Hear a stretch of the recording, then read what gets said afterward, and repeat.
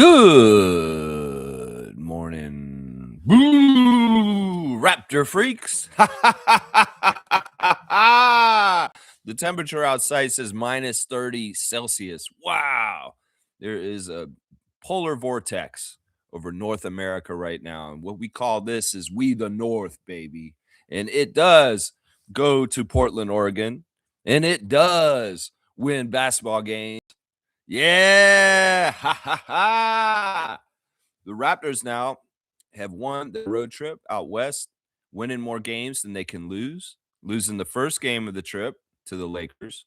And well, if they win or lose against the Thunder tomorrow, it doesn't matter because they won the 3 games in the middle.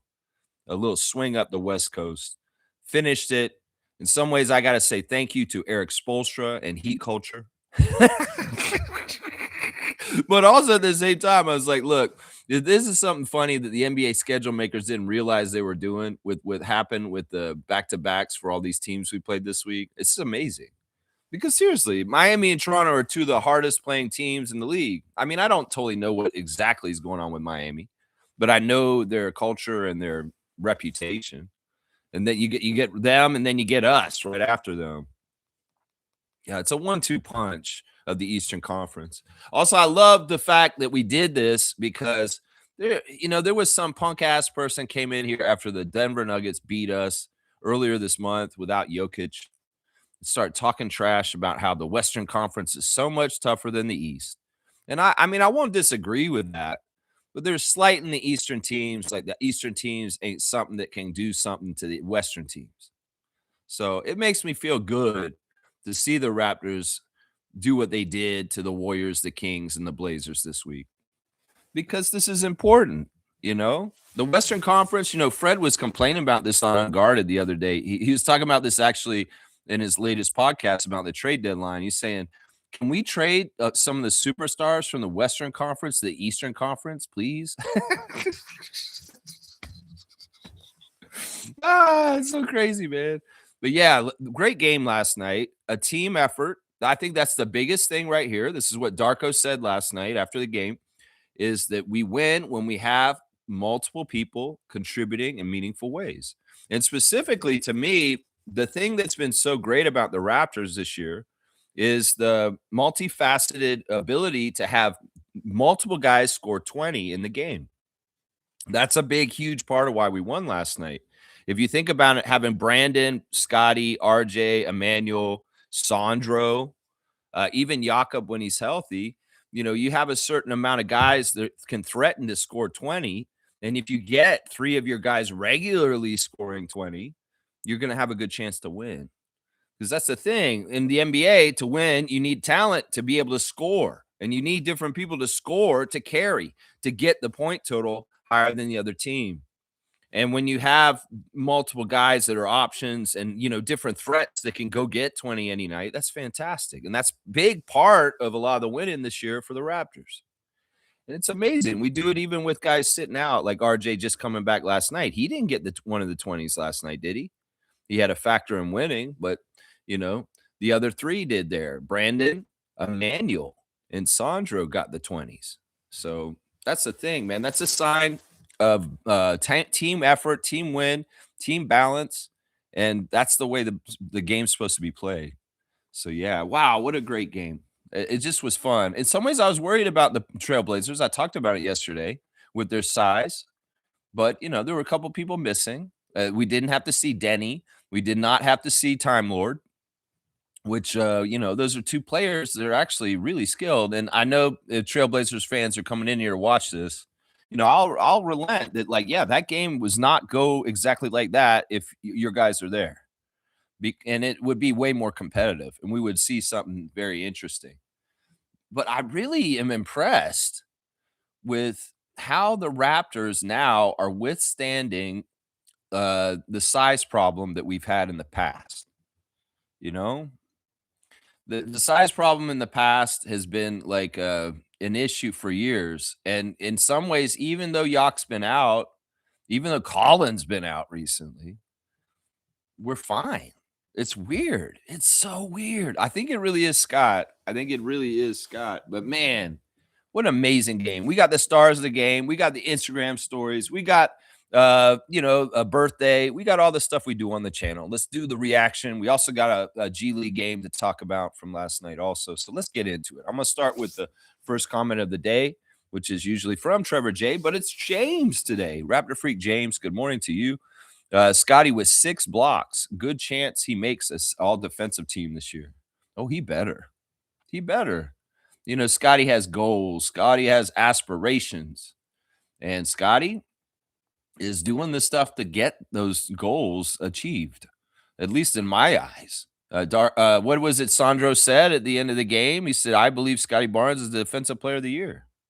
He did. He straight up said that. That's an assist by a teammate in another way. Throwing that out there and getting in the sphere of influence as far as this is something people should think about. I'm going to say this in words, put it in your head. Scotty Barnes, I think, is the defensive player of the year. Scotty should be like, thank you, Sandro. He has thanked Darko for doing that kind of stuff in the post-game interview for him in the past. I believe Scotty Barnes is the future of the league. Stuff like that. And then you hear Scotty later saying, man, that's my coach. That's my guy. He's got me. He's got my back, speaking him up. So Sandro hooking up Scott with the defensive player of the year endorsement after the game is big time. And I mean, seriously, he's a maniac. It's ridiculous. This game's over. What are you doing, bro? No, I really want to make sure they know. It's like, wait a second. Whoa, down. What are you doing, Scotty? Down, man. He's like, no, man, I got to really make sure this takes. And I'm going to block the hell out of them right up until 0-0. And get 2 blocks right at the end like that. Yeah. People on Reddit are calling him Matumbo today. No. I mean, it is really crazy. I mean, I've seen him and Jonathan going all out on the blocks lately, and I love it, man. I love it. This is good, man. Even if they give you goaltending calls sometimes, guys, go do this, man. Go do this. Get inspired by Blocka Paddle. And get out there, Scott. I mean, in some ways, this is part of the realization of the Duncan comparison that I've been talking about for years. People laughed at me when I said Scotty Barnes could be like Tim Duncan soon, guys. They didn't want to listen to me because they didn't want. So a lot of people don't want that reality for the Raptors to have a team player like that. And then a lot of Raptors fans are realists and they're cynics and they're kind of like, "Oh, what are you talking about, Raptors freak? You're crazy. How could you say Scotty Barnes is going to be like Tim Duncan?" Well, can people see it now? Like, look at that. The way he blocked those shots at the end of the game, the way he's a roving defender in the middle now, the way he's an assist guy and all this stuff. There's just so much to him. It really is like, it's weird too, because it makes me remember the day we were on Twitch with him, Scotty Barnes, Twitch family 2022 forever. And he straight up asked us on the video game day one day. He said, guys, who do you think I play like? Or who I should play like. And I put my answer in. He saw it. He read it. And he was kind of like, really, Raptors freak? Because he was surprised by the 3 names I gave him. And I'll go over them again. Magic Johnson, which is evident. We saw that all the whole time. Kawhi Leonard and Tim Duncan. I told him at that time because I saw who he was and I saw the unselfishness in him. And I thought, if he has that frame and that kind of defensive acumen in that combination, the formula comes out to Tim Duncan. Because seriously, I'm not saying he's going to go get the accolades and everything that Tim Duncan did. He'll get his accolades, trust me. He's going to be his own person. But to have that kind of persona and atmosphere about himself on the court and that unselfishness and that help and that gift and that ability and that intelligence to be there in the right place at the right time, in the next place at the right time. I'm telling you, man, it's crazy. Anyway, I'll get going here. Trevor J, 2 things define you: your patience when you have nothing, your attitude when you have everything. This is a classic. It's a classic. It's dual. You got both situations. In some ways, patience is a virtue. That's what they say, right? And if you got everything, are you cocky? Are you a jerk? Are you feeling like you're better than other people and you're treating them all like that?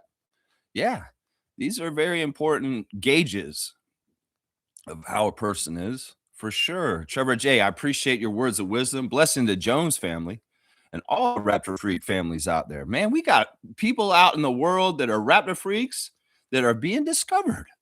Last night, this is amazing. The thing with the fans at the game last night. I mean, I love this so much. It's like what a dream. You guys, you were awesome. The 25 guys in the red Raptors jackets. These guys are the spirit of this channel.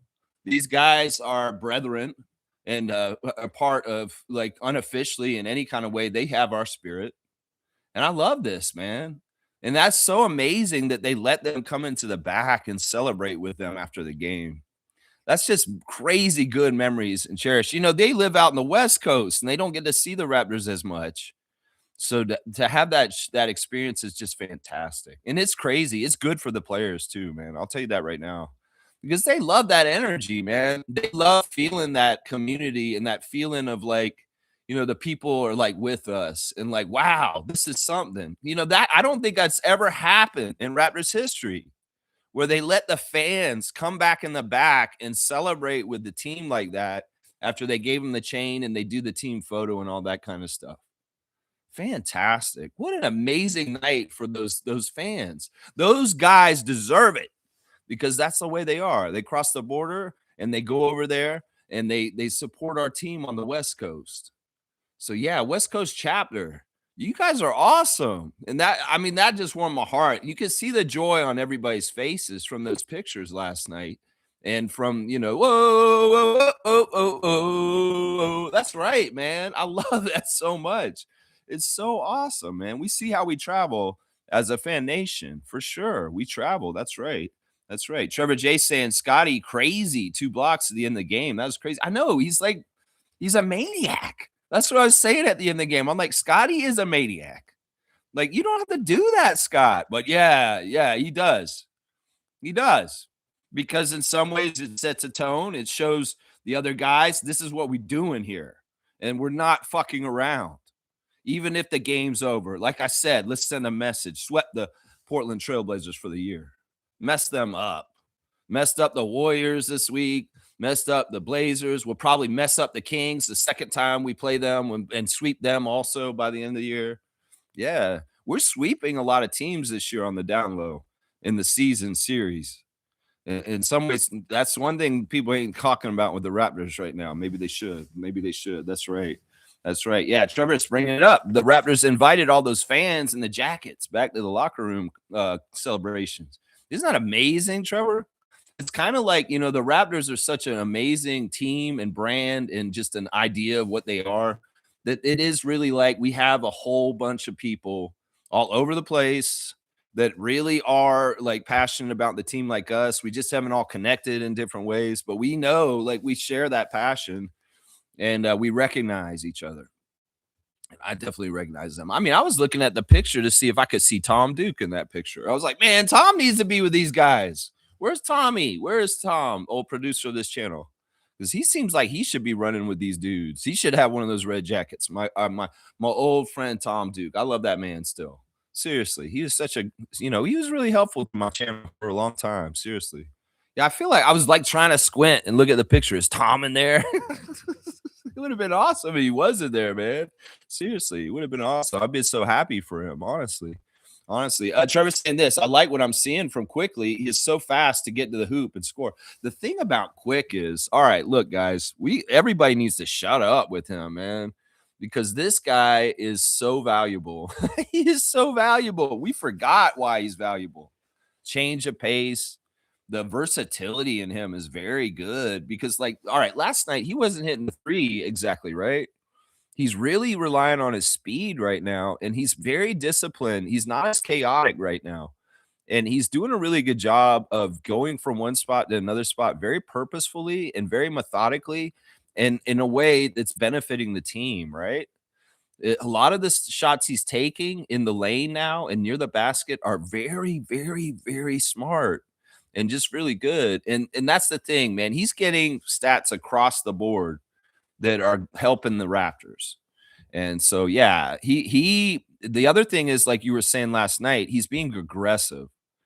And that's something that's a weapon for us that can really help in a lot of different ways with like things with Brandon and Scotty and the shooters with Grady and them is when IQ is just kind of a threat and they have to worry about him. I mean, there was one part where I heard Nate Bjorngren, assistant coach of the Trailblazers, and former assistant coach with us, telling Drew Holiday, like, you're okay guarding Barrett, but if you have to, you need to go get quickly because quickly is a problem, is what he said, something like that.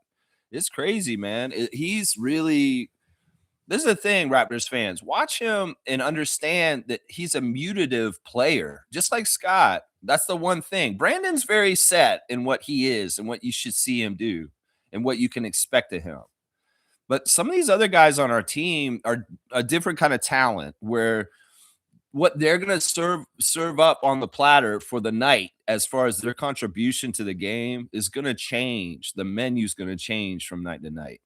And Scotty, in some ways, he's getting a little bit of a consistency about what to expect from him. But IQ is really like he has different modes like a car. Like he can go into this gear or this gear or this gear.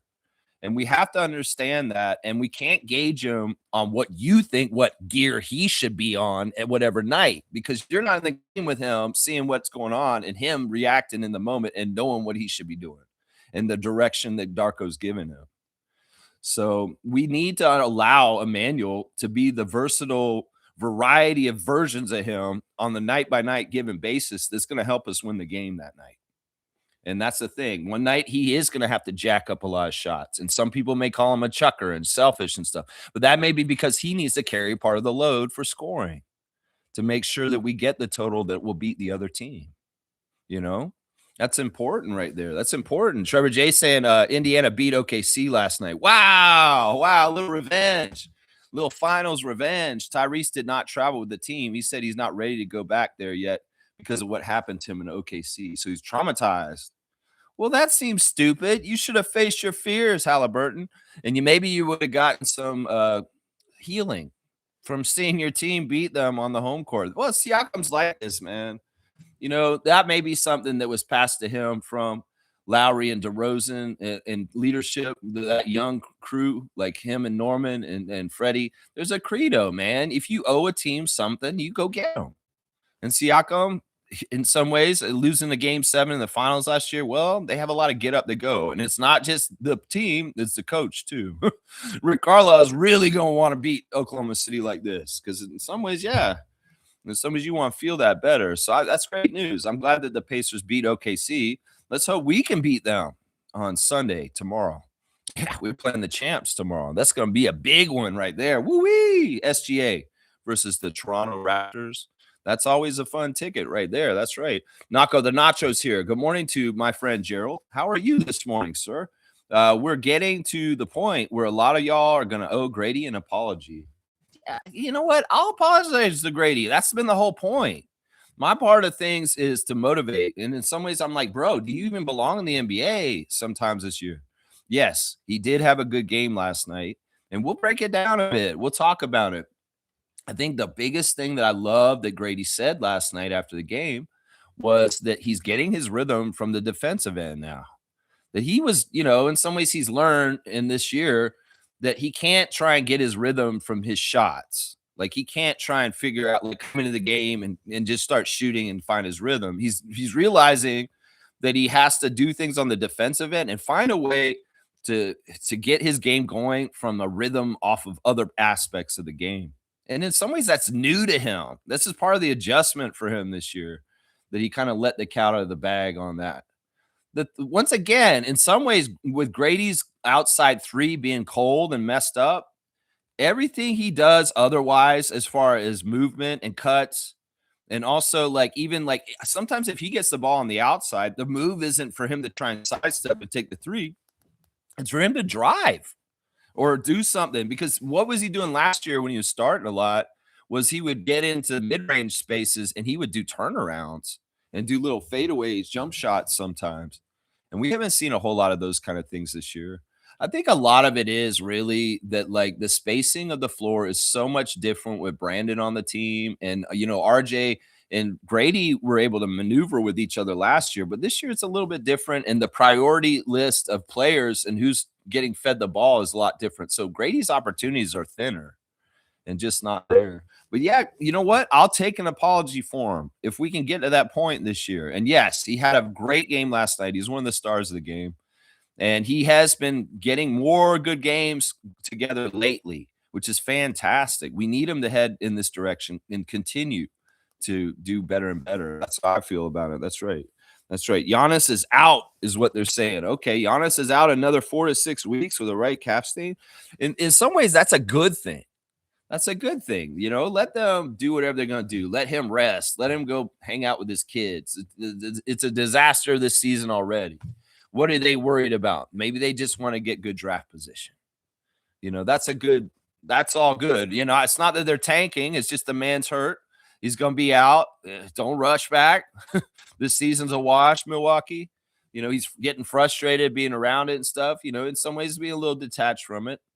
Spend some family time. That's probably good for him. Shaq Lindsay's here. Good morning, Shaq Lindsay. Thank you for being a member of the channel and supporting the Raptor Freak channel. Everyone talking about Sabonis. Yeah, that stuff's going to all go away soon. And honestly, this is what Fred said on his Unguarded podcast yesterday. In the last couple of days, he just released one. He said, if your team's doing good, you don't worry about the trade deadline. Like, seriously, he said that. He said that straight up because he wanted to espouse on the trade deadline and what it does to the players and how it is and stuff like that. And he said this. He said, depending on what's going on with your team is whether you're really realistically worried or not. Like, sure, anybody can get traded any time. But often if a team is successful and overperforming from what they thought people projected them to do, no, they're not getting any trades. Nobody's trading anything. Because it makes sense, right? This is the logic we've been saying on this channel for weeks now, while all this malarkey has been floating around all of us. Is like, does this make any sense? If it ain't broke, don't fix it. The team's successful. The team is like now, as of last night, third in the East. So why the hell would we make a trade? It's all hot air. So that makes total sense. And Freddie said it. He said, if you're on a team that's not doing well or it's messed up, you worry. If you're on a team that was projected to do better for the season and they're not, they're doing worse, you worry. But not in our situation. Not in our situation. And especially when the trade chips that everybody's speculating about are being successful right now, whether it's a quickly or showing RJ just how valuable he is. And honestly, it's stupid to trade the one true center on your roster, even if he's hurt right now. It's dumb. It's like, let's Winders this. Let's use logic. And we figure it out. And like people that are intelligent, have critical thinking skills are like, yeah, the Raptors aren't going to make any trades. It's crazy. Shaq Lindsay's saying, please tell how the F would that work with Scotty, Sandro, BI, and Colin basically do the same thing he does on the court. These players are central hubs that need shooting guards. Yeah, I don't think Sabonis fits on this team, right? I think this team's fitting fine. I mean, we get more and more evidence of it. We had the spicy, not the spicy, that in honor of Pascal. We had the notorious barbecue Mamukelashvili starting last night. That was the served up platter of the starting lineup for the Raptors last night. The notorious barbecue Mamu, and it tasted good once again. We saw for a third game in a row on this West Coast road trip, the Raptors come out and jump to a double-digit lead in the first quarter. And that was awesome. Portland did play us better than the other teams, and they did have the lead at times, and there were different weird things going on.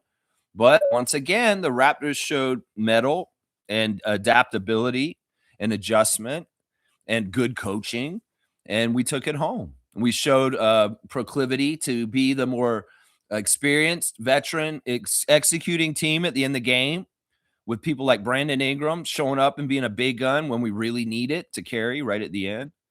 And, different other people doing different things, like Scotty's doing his defensive dash or what he does and everything else and connecting. And Emmanuel's doing his aggressive stuff and hitting important shots late also. So it's a mix. And in some ways, it's like Jack Armstrong was on Mike Roach's show this week, and he said the thing he's most impressed with about Darko and his coaching job this year and the staff is their adaptability. is like how they're not tethered or tied to anything as foundations and things that they just always do, that they really switch it up and they're creative and they're not holding on to things that it screws them up. Like they really do. Like, do you run like predictable rotations? No, we haven't all year. It's like always different combinations, and there's no rhyme or reason completely to kind of suss out, well, this is how it's going to go. It's very all over the place in some ways, in a good way, because it's like it's variety and it's like different looks. And he's often making good decisions in doing things that are not totally the same, like all the time, like starting different people or there's even like been issues with availability with players, right? We've had a lot of different people not available for games lately, and he's been able to, adapt to the ever changing cast of players that he has available to put on the court. So, yeah, man, it's awesome. This kind of stuff is so awesome, man. Yeah, Sabonis is not necessary, man. He's not necessary. Shaq Lindsay saying around them having them all on the court would clog up the paint. Plus, we already don't have enough shooting. Please tell me, because this doesn't make any sense. It doesn't, and that's why we should just ignore it at this point. Like we said, if it's a move, it's going to be on the level of something like Day'Ron Sharpe. It's going to be like a bit move, and like I said, the person who's most likely to get traded on our team is Abaji, and that's what I think would be most likely. All right, here we go. We're gonna have a call today. This is Infamous is calling in his regular call. Good morning, Infamous. Good morning, Lex. How are you doing today in the cold? I'm all right. I just gotta make sure you're upright. I don't know if is your volume? Can you hear me? Yeah, that's better. I just turned it up. Yeah. Okay, perfect. Okay, can you hear me loud and clear? Yeah, just make sure you're speaking as loudly and clearly into the phone because it changes. Okay. Yeah. Okay, here's one I got for you today, Lex. Malmo blazing trails in Portland while the rain falls. The Raptor fans in the crowds are the ones that get. What? He got hung up. I don't know why it hung up on him real quick. He'll call back. He'll call back in a second. I heard him. He's about to get going there. This is cool. Infamous is doing this. The Infamous 6. All right. I'll hope he'll call back any second. And somebody's going to wait just a second and see. But his phone cut off. It's crazy. I don't understand what happened there. Okay, here we go. All right, let me put it on speaker again. All right. Sorry about that. I don't know what happened. Yeah, I don't know what happened. We hung up. Okay, go ahead. Go ahead, Infamous. Okay, I was going to say this. Malmo blazing trails in Portland while the rain falls. The Raptor fans in the crowds are the ones that get the game ball.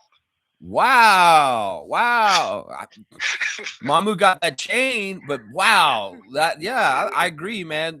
Listen, man, in some ways we could be jealous of them, but in some ways it's like, no, I can't. That's awesome. It's so amazing, man.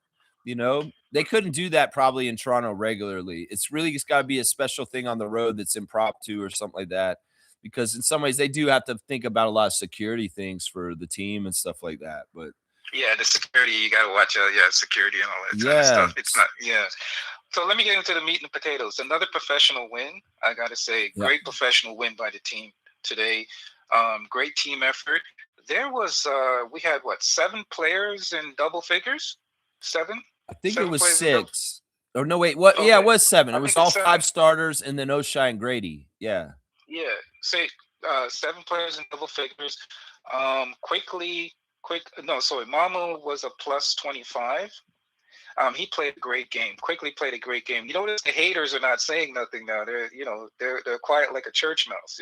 Nobody's saying anything about Quickly anymore for some reason. I wonder why. So great game by Quickly. Great game by Mamu. Another professional win. I mean, what more can be said? I mean, there was a lot of there were a little bit of different little hiccups here and there throughout the game in different ways, but I feel like like I said, the adjustments are really good. Darko's just such an on top of things kind of coach.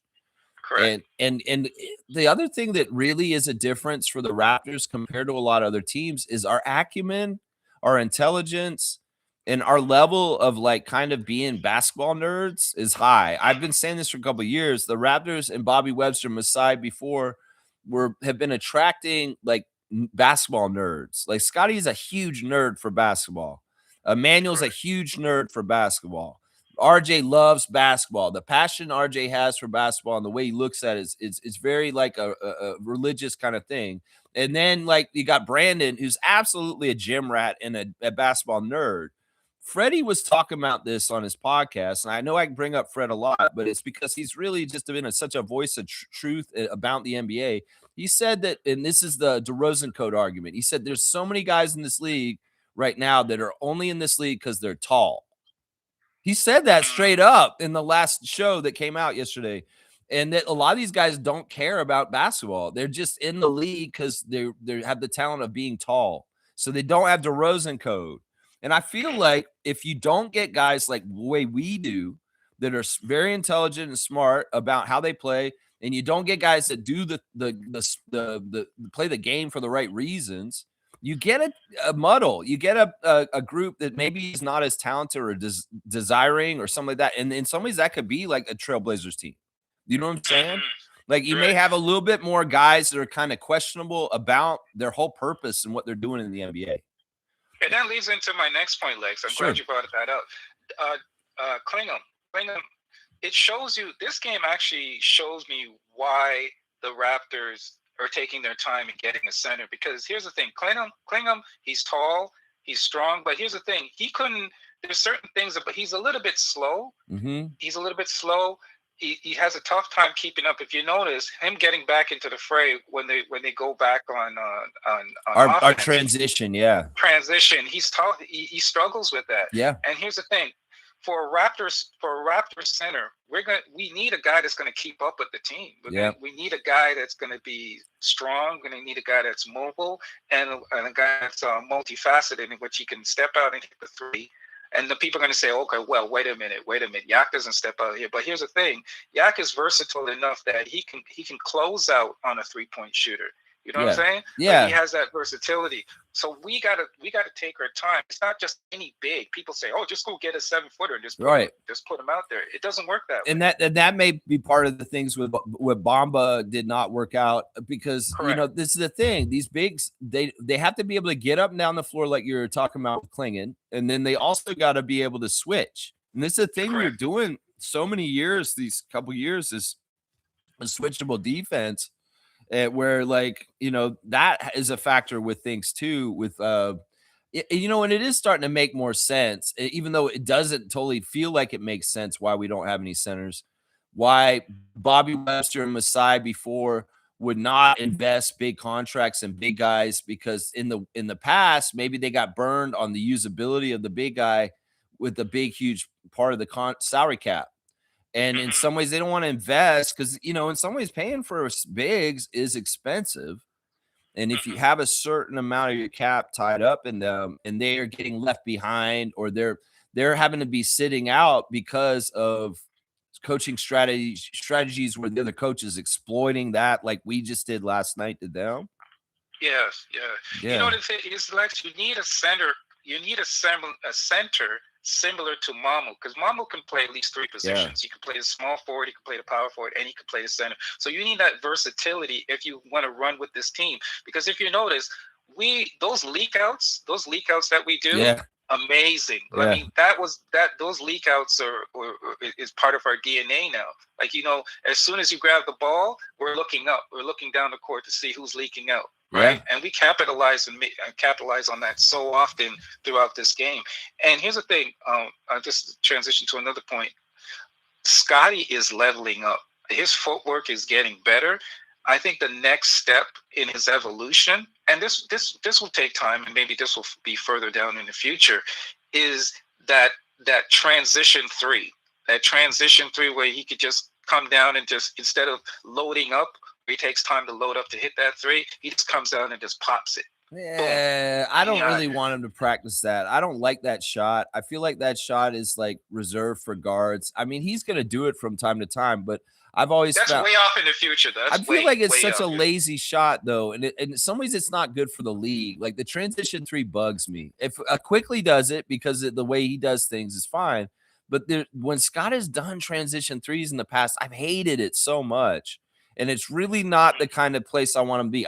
You're saying it because you want to weaponize him in different ways and make him be more powerful.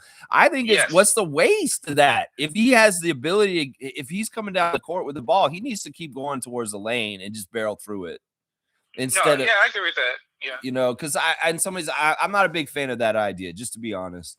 All right. Yeah. Anything else? One more thing, real quick, before we keep moving. Oh yeah, sure, sure. I just want to say that we got to keep rolling. I think we can get the OKC game. I mean, the If the OKC Pacers is can not. beat them, I would say there's hope for sure. Thank you, thank you. That's exactly what Yeah. I'm going to say. So I hope if we can get back CMB, I think CMB will be a great force to use against OKC to maybe neutralize Chet a little bit. But I think the OKC game is winnable. It's not going to be easy. But here's the thing, Lex. Even if we do lose the OKC game, I'm still satisfied with this road trip. Oh, of course. Still good, Georgia. Of course. Yeah. You know, last night the win got us a winning month of January, and this has not been totally an easy schedule this January. And we won the road trip, got a winning road trip. So this game's just extra on top. In some ways, there's a lot of pressure off of the team, and that's dangerous for Oklahoma City because we're feeling good. We've got a 3-game win streak, and you know, who knows? And also, you guys heard yesterday that they've decided to put our Orlando game on national television in the United States. So, I didn't know that. The game next Sunday has been added to the national television schedule for the United States when we go to Orlando, the game after the New York game on Wednesday. Great. So, and my final note, Lex, on a personal note. Sure. I gotta be honest, Lex. I don't want to see anybody traded off this team. Yeah, me either. You know what I mean? You get that feeling too? Oh, of course. Of course. I mean, it just doesn't make any sense. You don't want to hurt the vibes. You don't want to, like, you know, harsh the vibes, man. Oh, man. It's like you don't want to have those feelings, because Fred did talk about that aspect too. It's like it's tough seeing your friends go and like pack up, and all of a sudden they're not on the team with you. So there is like a lot of stuff to trades in the NBA, and especially mid-season. Because it's kind of like there's a void you feel when a personality or somebody that's been around you. Some cases it can be good if it's a problem person, like with, you know, different things that have happened recently, like Trae Young or Jimmy Butler last year. But that's different. If somebody doesn't want to be here, but that's not the case with the Raptors. Every single one of them is very happy in the situation they are in Toronto, and they want to stick around, I'm sure. Right. So I appreciate your time, Lex. I appreciate your time. You have a busy schedule. Because I want to hear about the 905 game, because I didn't get. I'll definitely go over that. I appreciate your bars, and I'm gonna give you a dunk. And Infamous, man, thank you for calling all the time. I really do appreciate it. I appreciate you as well, Lex. Have a great day. All right, have a great Saturday, and stay warm, my friend. Thank you. Let's go Raptors. Woo! Yeah. All right. Infamous 6. Right on. I love the new trend that he's coming in with some rhymes for me. That's awesome, man. All right, let me give him a dunk. Yeah, there's some interesting topics there we were just talking about, like about bigs in the NBA, and it really, what is the issue with the Raptors with bigs? Is this actually an issue or not? As far as like, well, we're winning. Is this actually an issue? I don't know. I think it is true. Like, Sandro is such a special player, and he's like such a good hybrid of positions right now that I really do. I've been telling y'all, you know, you guys keep telling me he's not a true 5. I get that. But can he defend a true 5 in some ways? Yes. He's big enough and strong enough to hold his own with different guys, because he comes from that school of training also. You get the great guard play that he shoots threes and he can dribble and he actually attacks the rim and has some burst and speed. And then you get like also he's going to rebound and he's going to box out and he's going to be somewhat of a defensive deterrent to people. So he's extremely valuable this year. He really was the best pickup in the NBA last offseason for value. Honestly, he is my number one star of the game. Sandro, 35 minutes, 22 points on 9 of 15 shooting. His shooting has been so great.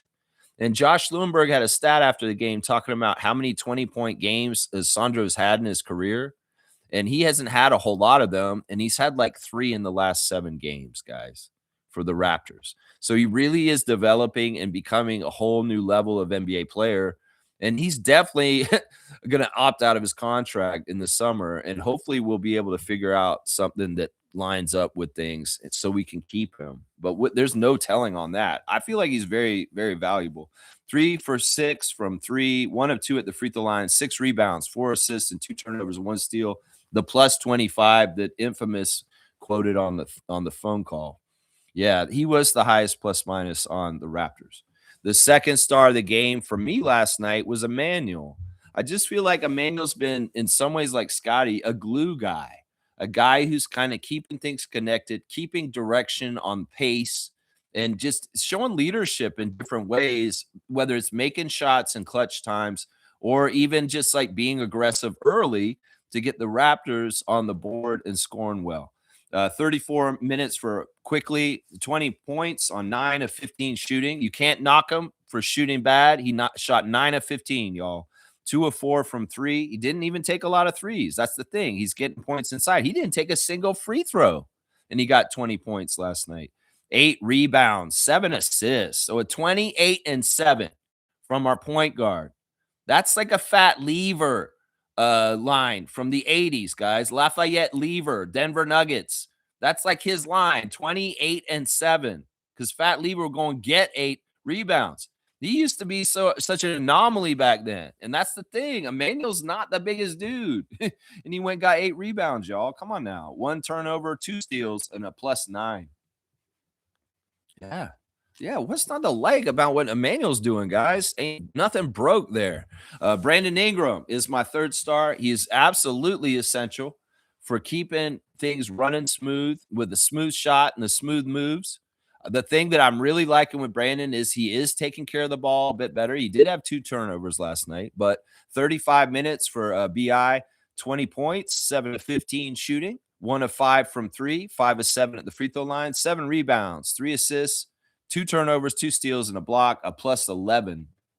He just hits important shots. Like once again, there's a period in the end of the game where the other team is threatening to close the gap and kind of get back in the game and possibly make it a close game near the end that you got to kind of figure out. And he hits some quiet shots. He quiets the crowd. He gets the crowd shut up from like getting all in a tizzy because the home team's all of a sudden done something good and they're threatening to come back. You know what I'm saying? That's an important skill to do. And that's hard to do on away courts, once again, I'll bring up Fred. Fred brought up that in this league, there's only certain guys in this league that can score and you can't stop them. And it's a short list. And Brandon's on that list, guys. Brandon is one of these guys in the league that cannot be stopped. He's just going to get the points. You can't stop him. And that's a luxury that we have him on our team. Seriously. He's a huge, huge weapon for us. And he's so important. And he's loving this, man. He's loving this so much. Jack Armstrong was talking about how Brandon Ingram's in basketball heaven, like meeting him and hanging around with him this season. He really loves basketball and he's really enjoying being a Raptor. Let's just put it that way. VI is in heaven playing for the Raptors right now. And I appreciate Mike Roach once again for having a fantastic interview with Jack Armstrong. Seriously, it's so good, man. The fourth star of the game for me is Grady Dick. Yeah, Grady, he was great. He was fantastic. You guys are right. And Nako, you're right. I should maybe start filling out an apology for him. But he has to be consistent, and he has to show a much better second half. I'm going to write my apology for him at the end of the season, okay? I'm not ready to do it yet. He has to show me more for the second half of the season. And if he's really good and consistent and just showing the signs of what we want and what he is, I know he is, then I will do that apology for him. But I'm not totally ready yet. But he did have a great game last night. Credit where credit's due. 24 minutes, 10 points, 4 of 5 from the field. Fantastic, Grady. Thank you. 2 of 2 from 3. Love to see those threes going through. Really, really good opportune threes, too. 2 rebounds, 1 assist, 1 turnover, a plus 10. His dunk in transition was thunderous and mighty. And just very Grady, okay. And I saw your little reverse underneath come up under. That move was nice, too, man. So, yeah, good sampler platter of Grady at his best. last night, and we appreciate you, Grady, and we're rooting for you. Don't get me wrong. I have tough love. I have tough love for the Raptors. In some ways, it's like you have to hold people accountable. And even Jack Armstrong told Mike Roach this. It's like we can talk to you and tell you what you need to do, but it's up to you to go and do it. Is the kind of thing he said there. Yeah, my fifth star is Oshai. We might as well give Oshai some love too. Off the bench, 22 minutes, 10 points, 5 of 8 shooting. He missed all 3 of his threes, but hey, he's a transition guy. He's a defensive guy. I love seeing him when he's going and attacking the rim. He's such an athlete. There's so many good qualities about Oshai Abaji as a basketball player. And, I hope he continues to be a Raptor. But if he does go to another team, he's a great add-on to any team in this league. Seriously, he is useful for any team in this league. And his stock and just who he is as a player since he got to the Raptors has gone up. I'm just going to say that. He really has. And Darko, once again, is going to have that development effect on people. 4 rebounds, 1 assist, 1 turnover, 1 steal, 1 block, a +3 for Ochai Abaji. Honorable mention will go to Scott.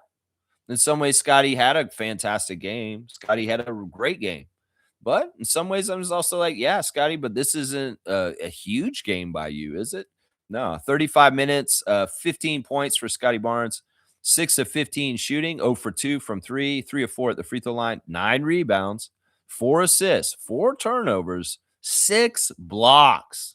That's the stat right there that I love the most about Scotty, man. 6 blocks last night. That's a really good game, man. That's a really good game. A +9 for Scott. Fantastic, man. RJ with his return, in some ways he's a little bit on a minutes restriction. In some ways we're not expecting him to be the huge RJ Barrett. He's in his first game back and trying to get his rhythm, but fine. He got out there and mixed it up. 21 minutes for Rowan Barrett Jr., 10 points, 4 of 9 from the field. He missed all 5 of his threes. 2 of 4 at the free throw line. Of course, RJ is going to have this weirdness at the free throw line from time to time. 6 rebounds, 3 assists, 2 turnovers, a block, -6. In some ways, RJ, it's the spirit of RJ. It's the spirit of RJ. In some ways, like, I think that it's no coincidence that the Raptors transition game woke up and reappeared last night with RJ Barrett back in the starting lineup.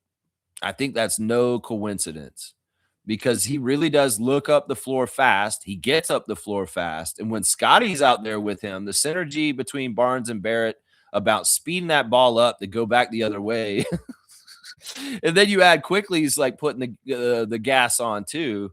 Yeah, I really do feel like if we look at the stats, Samson Folk and Kurthika, and you analyze this guy RJ Barrett's presence in the lineup is got a direct correlation to the amount of transition points the Raptors score.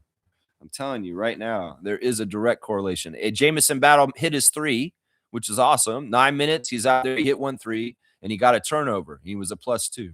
Jonathan Mobo, 4 minutes of play. He's missed a shot, got a rebound, 2 turnovers, a -5. And then Jamal Shed, he played the backup point guard minutes. He did not score. He only took 1 shot the whole game, 3 rebounds, 5 assists with 0 turnovers, a +2, and he also got a steal.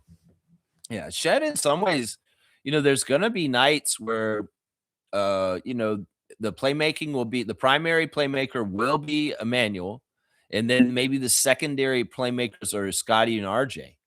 And then, but he got 5 assists and 0 turnovers. But in some ways, Shed is, in some ways, he doesn't have all the pressure in the world as the backup point guard sometimes. And that's good because sometimes I feel like he gets overloaded and he gets a little overwhelmed.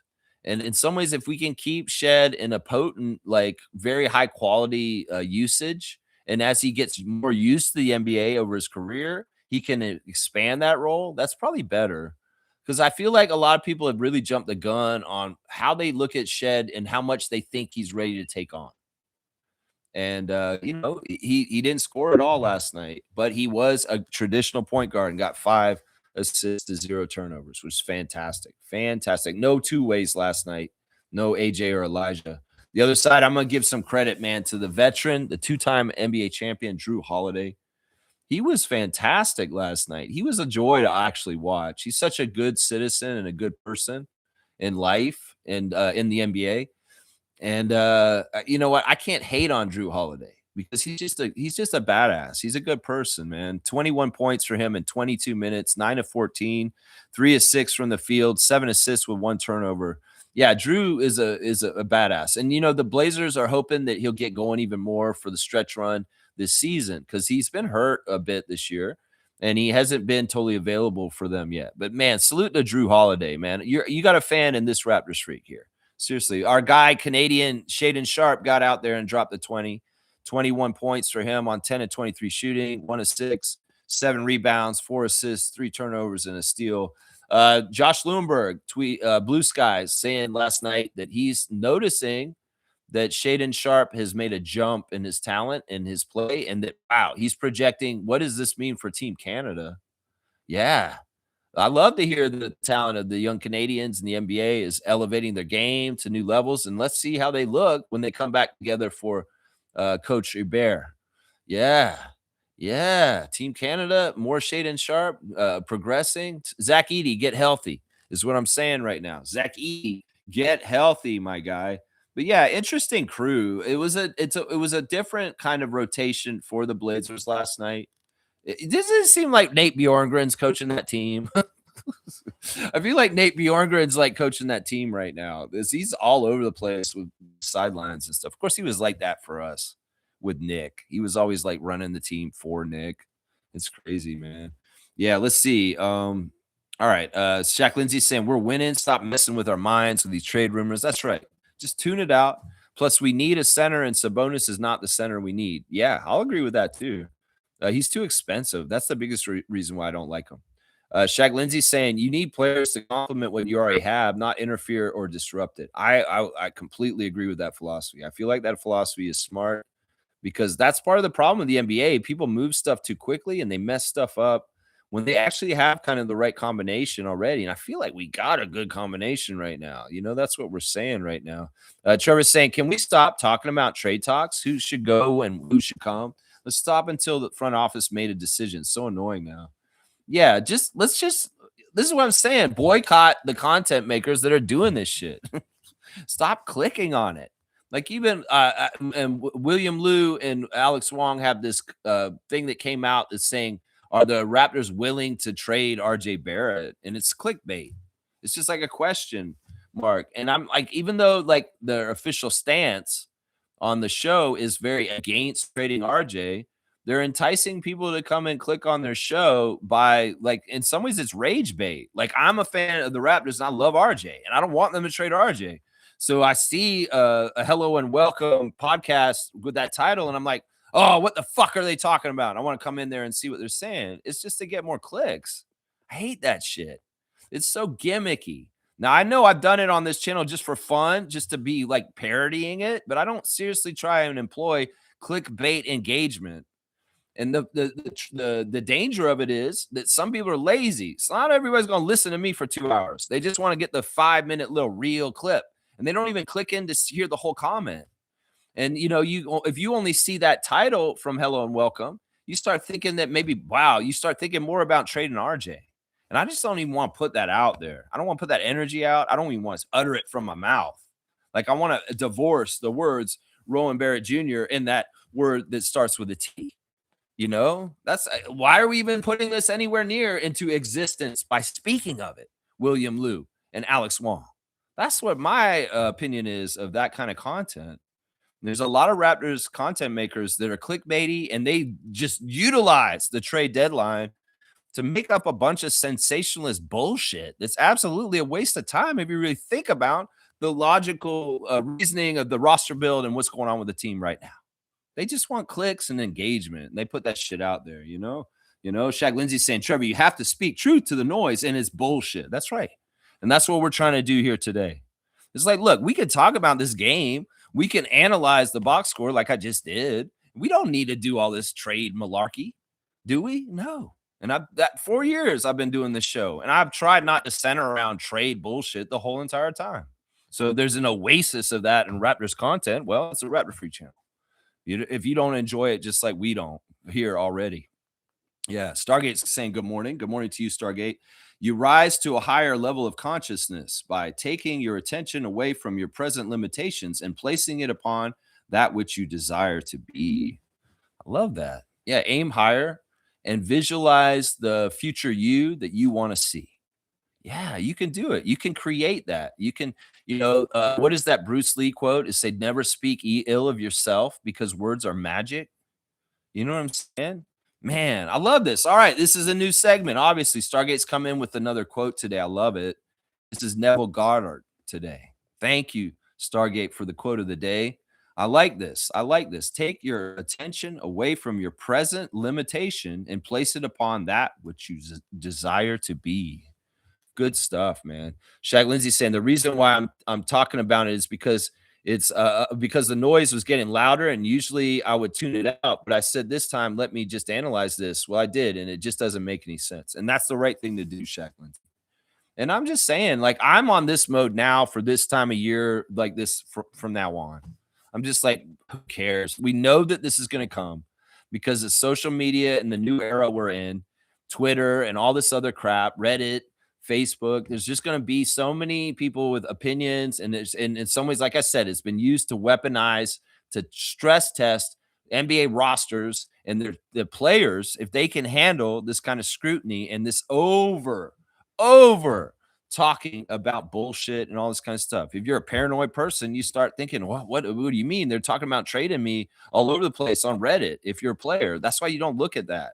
That's why Darko says this is the circle of trust at the beginning of the season. And this is the only people we listen to and talk to all season about who we are and what we're doing and what is happening. We're not listening to a lot of we're not listening to fans at all. We're not listening to a lot of the pundits, the podcasts, and all this other stuff. No, we may be listening to people like Lewinberg and Grange a little bit because they're bona fide journalists, but we're not listening to everybody else. Hopefully, I mean, that's for their own sanity, right? You don't want them to. Stargate saying 9 games over 500 and with a limited roster, and all these people can talk about is trading the very players that contributed to this record. Man, make it make sense. There's no reason to. In fact, you know what? We might need to make a moratorium on a double medal level. It's like, we're not going to talk about the trade stuff. And you know what? We're not even going to talk about the trade phenomena of this that we're talking about now. Because in some ways, we're already dealing with it. We're talking about it. We're saying, yeah, well, you know what? We just know this shit exists. We'll just say that and let's just move on. You know, we've been complaining about this for a while, and in some ways, that's getting tired. Does that make sense? It's like, let's meta this on a couple levels and say we're not even going to talk about it this way. This is how much we're going to ignore it. You know, Stargate saying, forget defensive player of the year. Scotty should be in the MVP conversation. That doesn't happen until you really kind of win a lot and on a big level. But at some point, yes.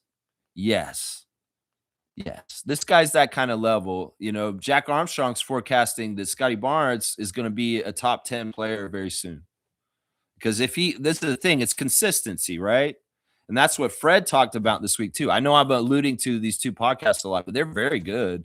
Fred talked about, to be great, you have to consistently do a certain thing every night, no matter what.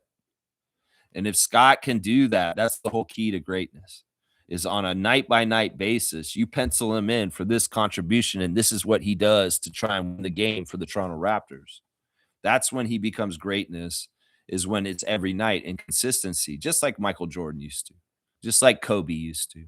You know, that's where he'll get gauged at the best level at that point. And he can get there. Seriously, he's starting to show a real true consistency in the last few games, honestly, of energy and playing all out and just analyzing the game and trying to win.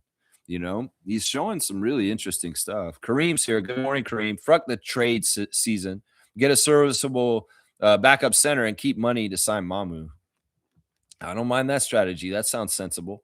Stargate saying Scotty's been blocking shots at the end of games all season. That's just as clutch as hitting game-winning buzzer beaters. But Novus won't comprehend that. Yeah, I mean, it's definitely getting noticed. And I like that duality of, like, you know, we have guys that are going to hit the big shots, BI, RJ, and Emmanuel. And then you got Scotty and Colin and people like that. They're going to do like these crazy big defensive plays at the end of the game too.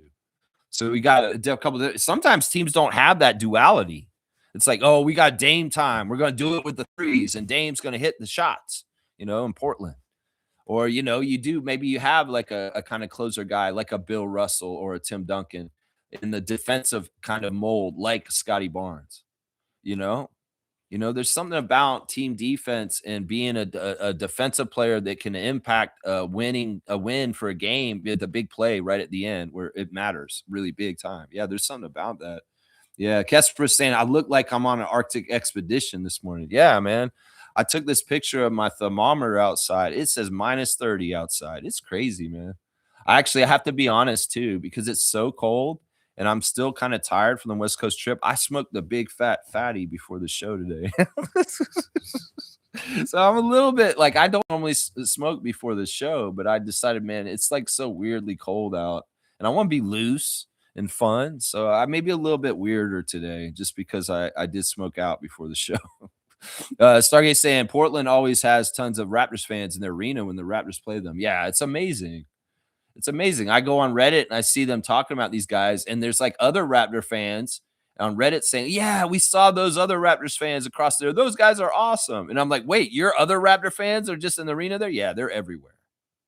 And there's probably like, I mean, we've been seeing it in all these games this week that there's just they get the camera on the crowd and they can't help but show people wearing Raptors apparel somewhere.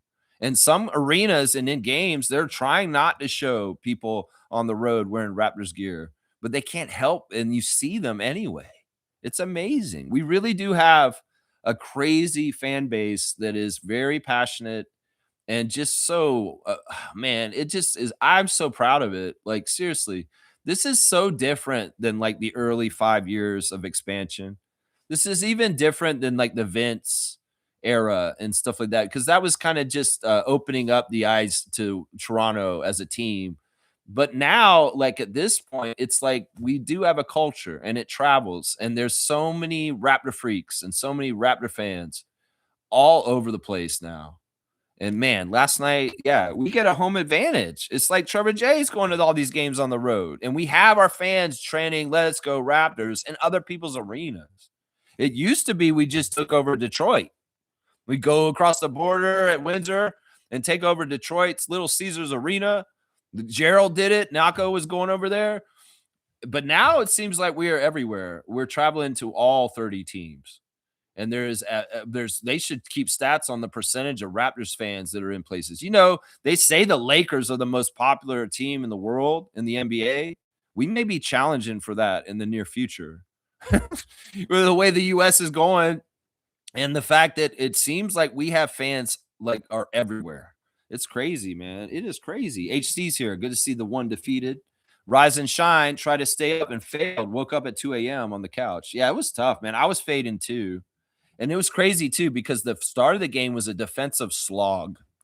It's like crazy. The Trailblazers only scored 12 points in the first quarter. I was like, wow, is our defense that good or are they just really not hitting shots? You know, that first quarter, the score is like, man, that would put a lot of people to sleep right there.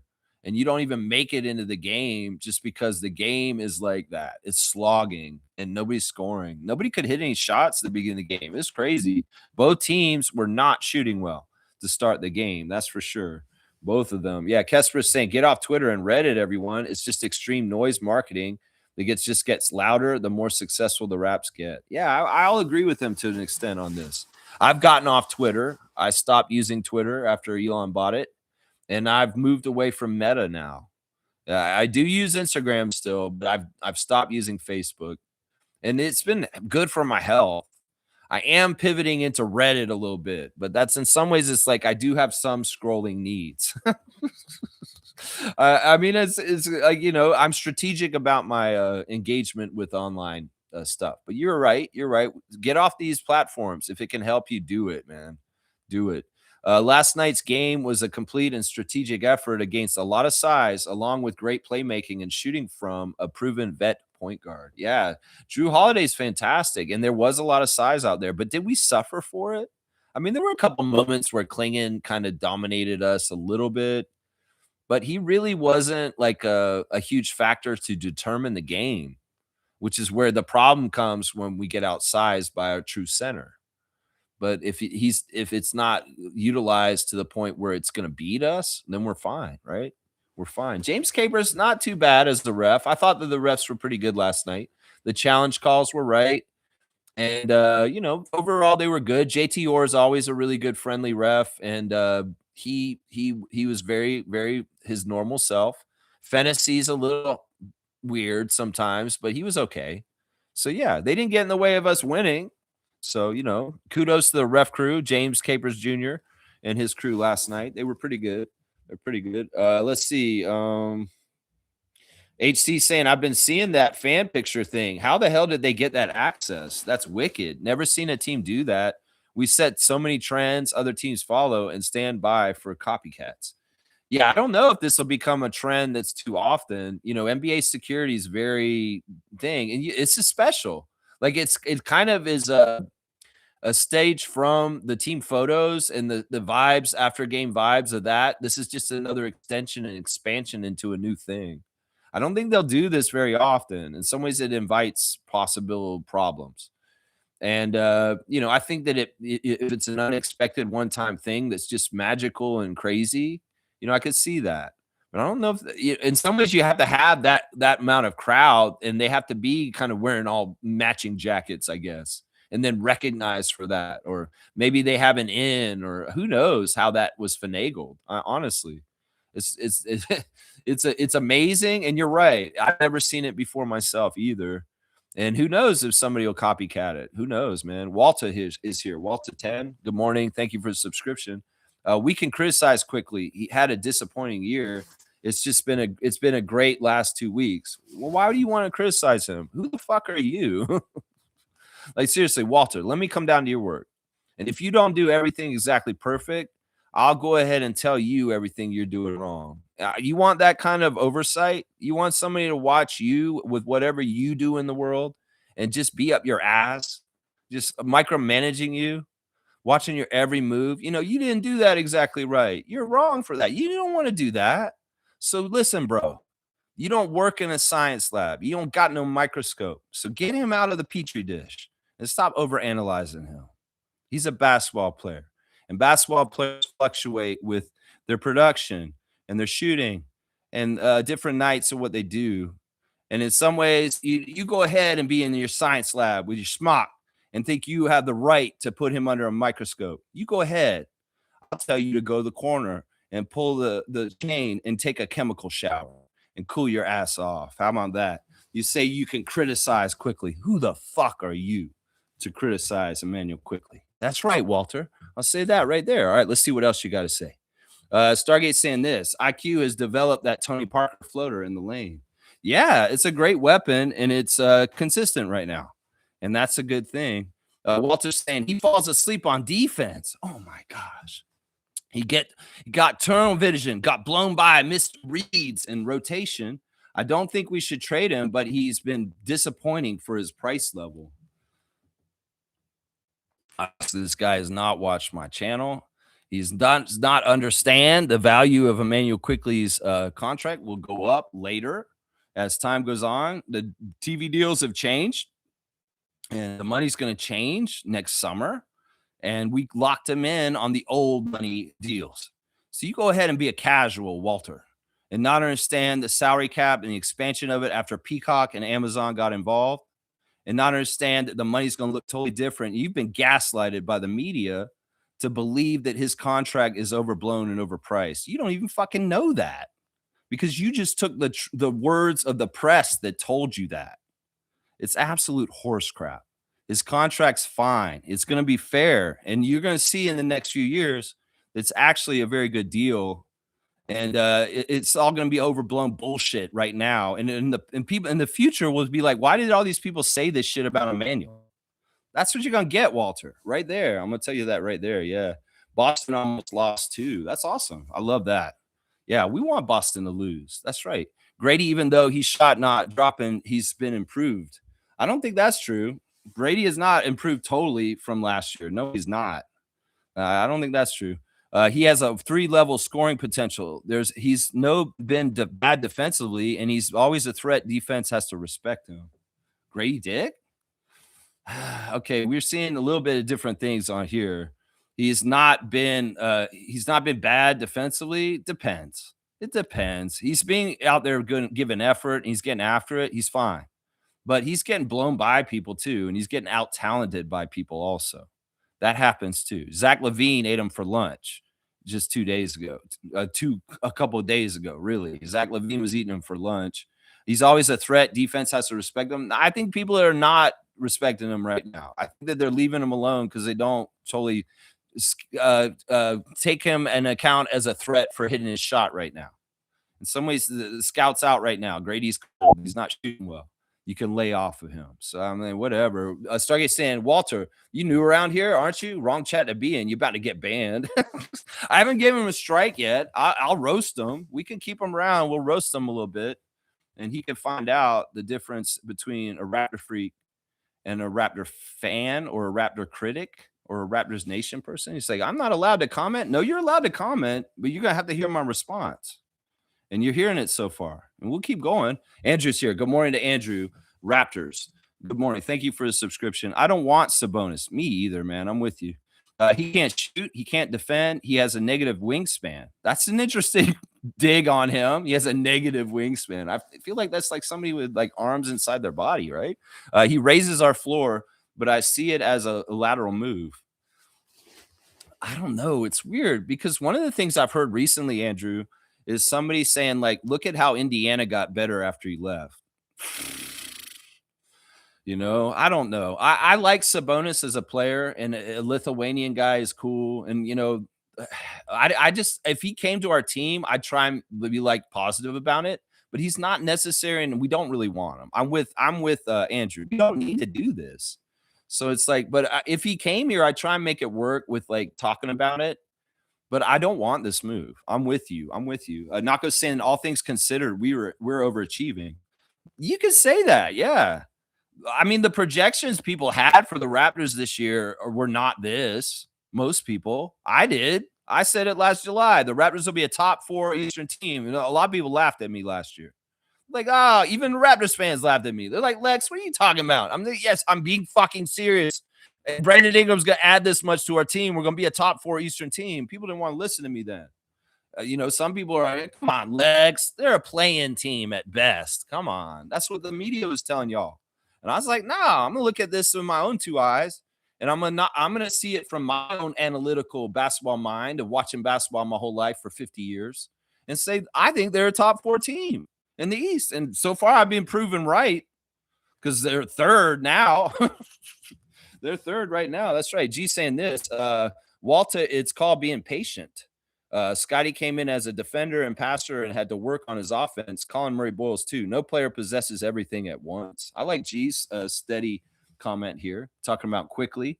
Stargate saying, Walter, not if it's a novice, nonsensical adolescent prattle.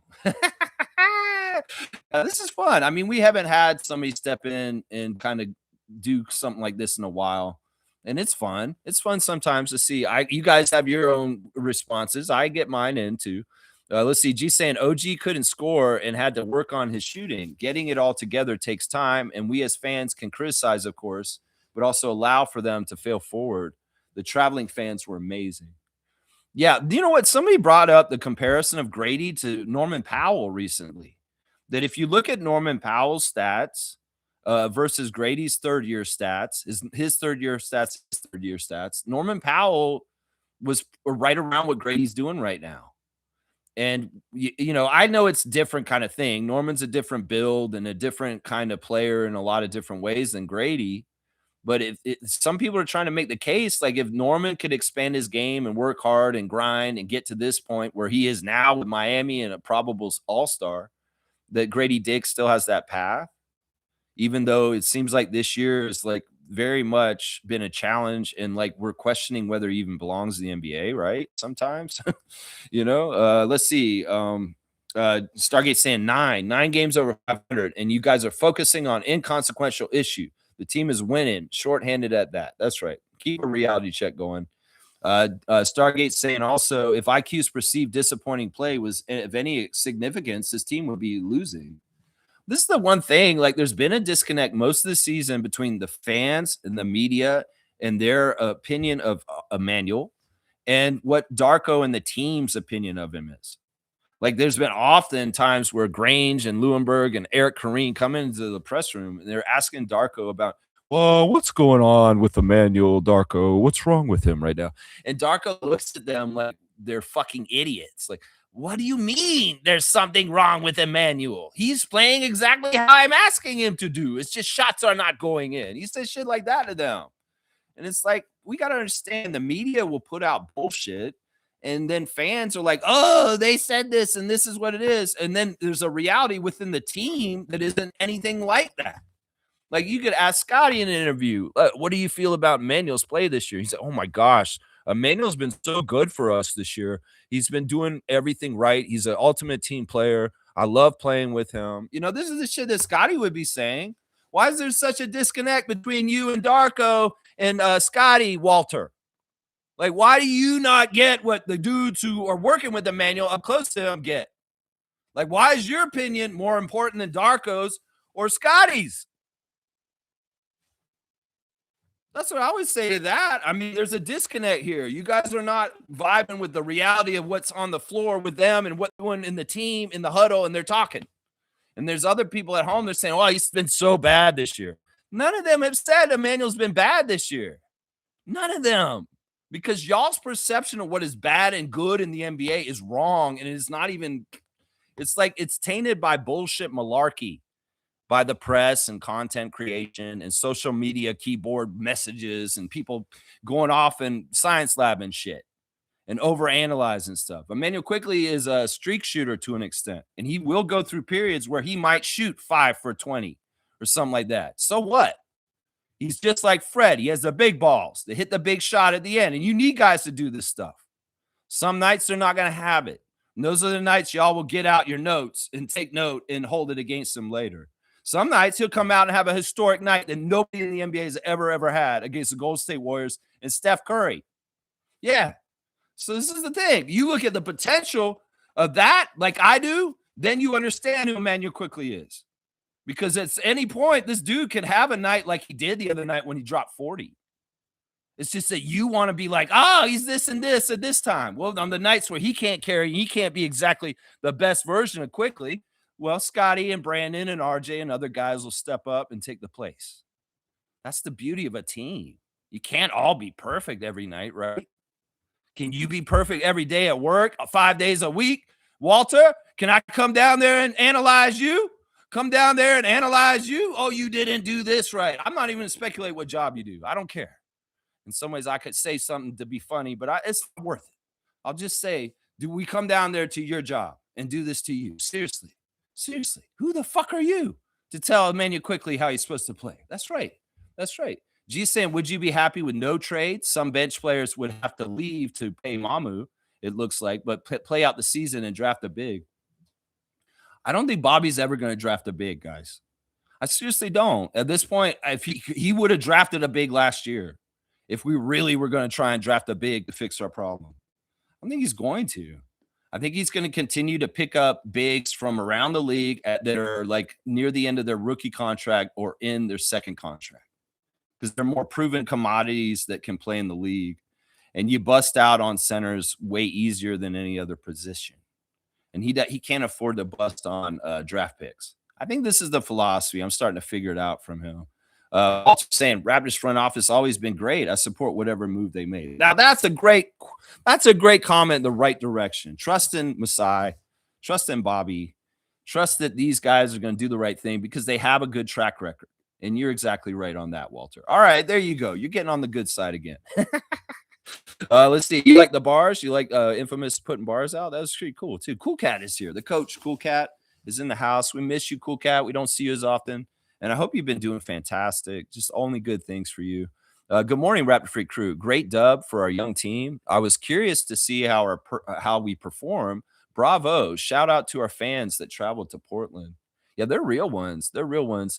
They don't know it, but they're Raptor freaks. They're Raptor freaks. That's for sure. That's right. Bryce is here too. Good to see Bryce checking in from Kentucky. I'm in the minority with Sabonis. We are having success without Jakob. And adding a more skilled big in my eyes would be a game changer. I'm also fine with keeping Jakob, though, and getting more depth. Yeah, I just don't think it's necessary, Bryce. I just don't think it's necessary. I don't want to disturb the vibe of the room and the locker room, and you're gonna have to trade somebody, and that will change the ingredients. And when you change ingredients in the recipe, it tastes different. And I'm not ready to get a different taste with the Raptors right now. It tastes real good right now. Yeah, it tastes real good. That stew we've been cooking on the Raptors team. It's been slow cooking for a couple years now, and man, is it smelling good. It's smelling so good right now. G saying Sabonis is getting 49 million in 2 years, making him the highest paid Raptor, and would have to get rid of depth as well as 2 starters to get and pay him. No, a big no for me. I think that tells you that the media is trying to unload a bad contract on the Raptors, is what this story is. I think that's what it is. I think that tells you right there, because often we're used in these kind of ways that, oh, Sabonis, that's a horrible contract. The way you just spelled that out, G, that's a horrible contract. Well, we should try and make rumors that he's getting traded to the Raptors. And maybe it'll happen. Once again, let's trust in Bobby, like Walter said, he trusts our office, that he's not stupid enough to take that contract on and have to get in this situation. Does that sound right, what G just said? That Domantas Sabonis would be the highest paid Raptor in the next 2 years? It's like, does that sound right? I don't want that. That don't make no sense, right? Nako's saying, keep Mamu happy. You don't get CMB if you draft on position. Keep Mamu happy. You don't get CMB if you draft on position. Well, that's true. That's true. I don't know. We'll have to figure out this summer. Mamu's going to be able to get some money this summer, and we hope we can pay for him. This is a little bit like Bismack. When we had Bismack Biyombo that one year, he came in, he was so good that like he demanded such a good contract that next year and went to, I think it was either Charlotte or Orlando at that time. And yeah, we lost Bismack after a one and done just because he performed so over the top that one year he was a Raptor. And Sandro Mamu is kind of looking like he may be like this for us. We'll just have to see what his price is and how much he values staying in Toronto, because he could really go out in the market and get a huge number this summer. You know what I'm saying? But hey, is the opportunity in another place going to be like this, Mamu Kelishvili? Seriously. And the vibes you're building right now. Come on now. You're getting this chain, my guy. You're getting this chain. Yeah. Bryce is saying it's clear we don't need Jakob, though. Mamu is showing that spacing big is needed. Yeah, Sabonis can space the floor much better than Jakob. I completely disagree with you, Bryce. Jakob is essential for our team because he's the only one on our team like that. And we've been kind of getting away with playing without him. When the postseason, the second season starts, that's when you need even more bigger physical kind of players. So absolutely disagree with you. You think that we don't need Jakob Poeltl anymore? If he's healthy and he's available for us, he helps us win more, and he helps us fill a void of possible domination from the other side, like literally dominating when we played the Lakers a week ago today. And dominating was a perfect from the field. That's when you need Jakob Poeltl. So don't tell me that he's not useful or needed on this team. When if Poeltl was on the court against the Lakers last week, we don't see DeAndre Ayton go crazy like that. So yeah, no, this is off take right here. This is off take. G saying this: the successful teams now seem to have younger bigs. Celtics winning with Kata too. I believe bigs having a shorter lifespan, prone to injuries, is going to push teams away from spending money on older bigs. I think that is somewhat happening to a degree. Somewhat. Bryce is saying, I'm not really to make a case, Sabonis, but it makes sense in my eyes. It doesn't to me. We don't need to do anything, Bryce. Just chill. And watch. Bobby's going to do this. That's actually a signature of the Bobby Webster and Masai Ujiri partnership over the years, is everybody freaks out and talks about the trade deadline, and then they don't do jack shit. They don't do jack shit. Fred actually told us a funny story on the Unguarded podcast once again. Y'all should watch it in his own words. But he said that there was a year on the Raptors when he played on the Raptors, and they're all in OVO Center like practicing. And it's around trade deadline, and they don't see Masai a lot, is what he said. He said they see Masai on big events, and he kind of shows up, but he's not really a part of the day-to-day life with the Raptors. He wasn't at that time, because we remember he said he should watch over them better, because he didn't know that Nick Nurse things were going so bad, right? So around the trade deadline, they see him more at OVO, and they see him going in and out of his office, and he's on the phone. And all the Raptors, Fred said all the Raptors were freaking out because they're like, he's trading us. He's walking in and out. Like that literally was something that happened a few years ago when Fred was on our team. Like they're freaking out because they see Masai just kind of walking around OVO on the phone, and they're like, "Is he trading me right now?" That's the shit that goes on during the trade deadline, fans. That we need to fucking be more humanistic towards these guys because they're freaking the fuck out that they're gonna get Dennis Schroeder, and they're gonna have to fucking move their whole family out of here all of a sudden, and it's a headache and it's heartbreaking because these guys really do get connected to their teams and their teammates and the things like that. There's a human side to this. And I wish the fans saw this side a little bit better because all this malarkey and pushing this out there, these are people. These are not just commodities. These are not just like, it's such an insanely dehumanizing thing, all the press that surrounds the NBA trade deadline. It seriously is. It's dehumanizing. I think that's the right word. That's the right word right there. Yeah. Bryce is saying Sabonis is stronger, more mobile than Jakob. I'm not going to agree with that at all, man. I think you're way off today, Bryce. He's way more skilled, just saying. I don't think that's true either. I'll say 3 strikes on that comment. Not that you're struck out for the being on the channel. I'm just saying all 3 of those points are wrong. He's not stronger than Jakob. Trust me. Jakob is maybe like with Steven Adams in the top 3 strongest players in the league. Seriously, they tested this shit. He's more mobile. No, he's not. Jakob gets up and down the court just as fast as he does. And he's more skilled. Not really. No, he doesn't have a 3-point shot either, does he? I don't even know. I don't care.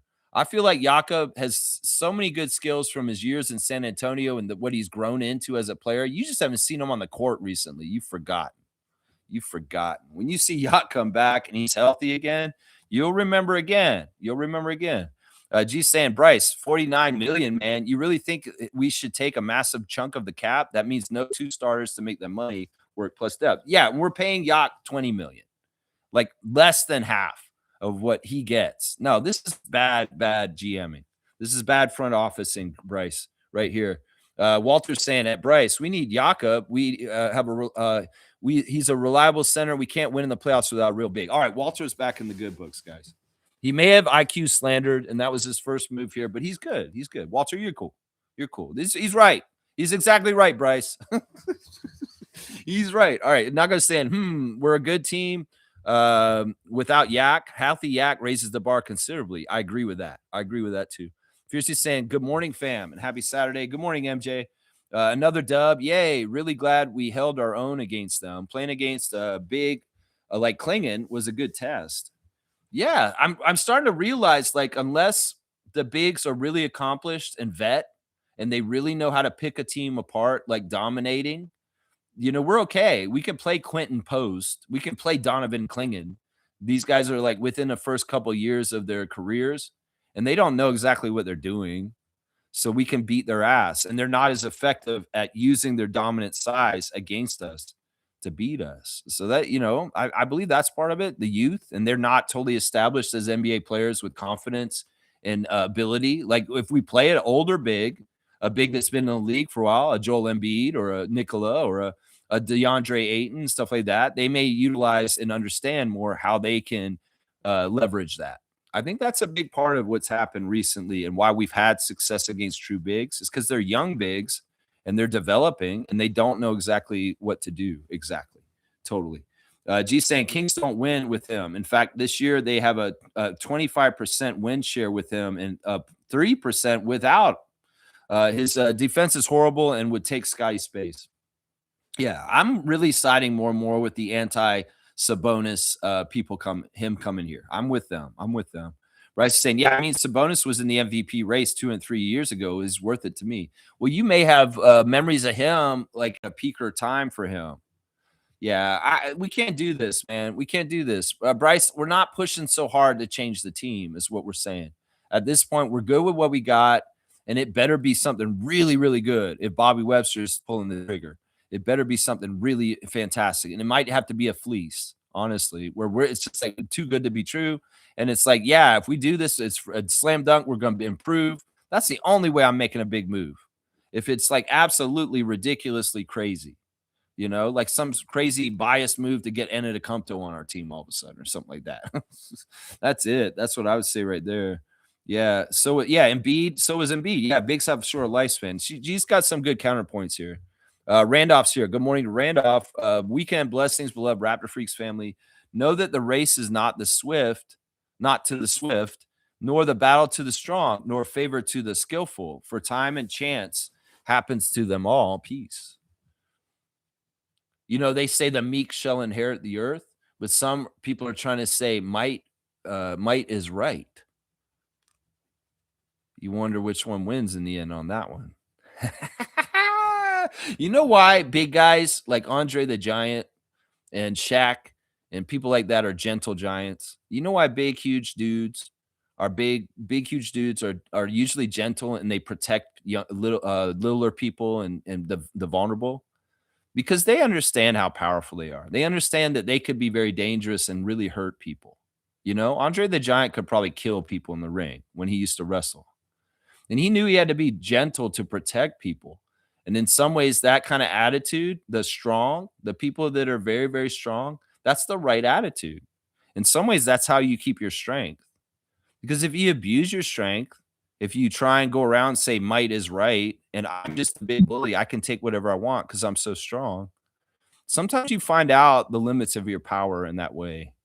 There's a weird kind of karma, just like ball don't lie in a basketball court where technical is called and they shouldn't have got it and the ball rims out. Let's just say that. I believe in the meek shall inherit the earth. I believe that the innocent and the people, that is what's going to get it in the end. And well, I don't believe might is right. And I think that anybody who has that philosophy that might is right, and if you're strong, you should just be able to take whatever you want. Well, you'll find out what that philosophy will get you in the end. There you go. Blessings to the Phillips family and all the Rap Freak families. Yeah. Yeah. How about that? That's my riff off of that, RJ. There you go. Bryce is saying, I love Jakob and I would be fine with him moving forward. Yeah, let's just stay there, Bryce. No reason to look at Sabonis. No reason to look at Sabonis. Fiercely saying Scotty is a problem, blocking people right and left. So awesome to watch. Man, he's a defensive player of the year, honestly. I mean, he's all defensive team for sure. It'll be a travesty if Scotty does not get recognition for the leap he has made on the defensive end this year. It'll be a travesty. Blackhawks with Space Invaders. Good morning, Blackhawk. Good to see you. G saying they do need a big, but think we can be more creative like the Celtics have been. And they're successful, unfortunately. I still believe the Celtics are going to run out of gas before the end of the season. They're going to have a period of their year where their young players aren't going to look so good, and they're going to falter, and they're going to fall in the Eastern Conference, and they're going to be a playoff team, but not with home court advantage. They're going to be in the 5 or the 6 spot by the end of the year. Watch what I'm saying right now. You hear me saying it right now before the All-Star break. They're in second right now. They're going to fall to 5 or 6. Watch. And we're still going to be above. We're going to be above them by then. Watch. If I'm right, I make these predictions all the time. I make them way ahead when they happen. I'm going to say this right now. This is going to happen to the Celtics before the end of the year. Fiercely saying this. Love seeing so many Raptors fans in the arena. Like Trevor J said, bringing them to celebrate was really nice to see. The players must have felt the love and support. Oh, my gosh. Right up close. Scotty does really enjoy like the connection with the fans. Like he said in interviews over and over again, the Raptors fans are so passionate. And it's partly because of us on this channel, the Raptor Freaks, and our interaction with him on Twitch. It's partly from just the lifestyle in Toronto as an NBA player, and people see him out and the way people talk to him and treat him. It's partly the noise in the arena and the way we come and bring it for them all the time. The passion is felt. And man, it was right up close after the game because they were in there with them when they got the chain to Sandro. And these guys were a part of celebrating with the team. It's almost like vibes like winning a championship. Like, the Blue Jays get the World Series and win the American League division and they're celebrating in the locker room. It seemed like that feel. It's just not a bunch of champagne getting poured all over the place, right? Not just saying Embiid's good this year. There's room in this league for Sabonis. Giving up RJ and Yak, I wouldn't do it. Yeah, I wouldn't do that. Nameless saying he's late. It's all right. You're not late. It's an hour and a half in. We're okay. We got maybe another hour and a half. We'll have to see how long I'm on. Fiercely saying, there you go. I already see the marketing behind the Orlando game on national television. Bonchero versus Barnes. We will know who will win this matchup. Yeah, I mean, I've been enjoying Barnes versus different people this year. The Barnes versus Draymond was fantastic. Barnes versus DeRozan. Woo-wee. Oh, that was crazy too.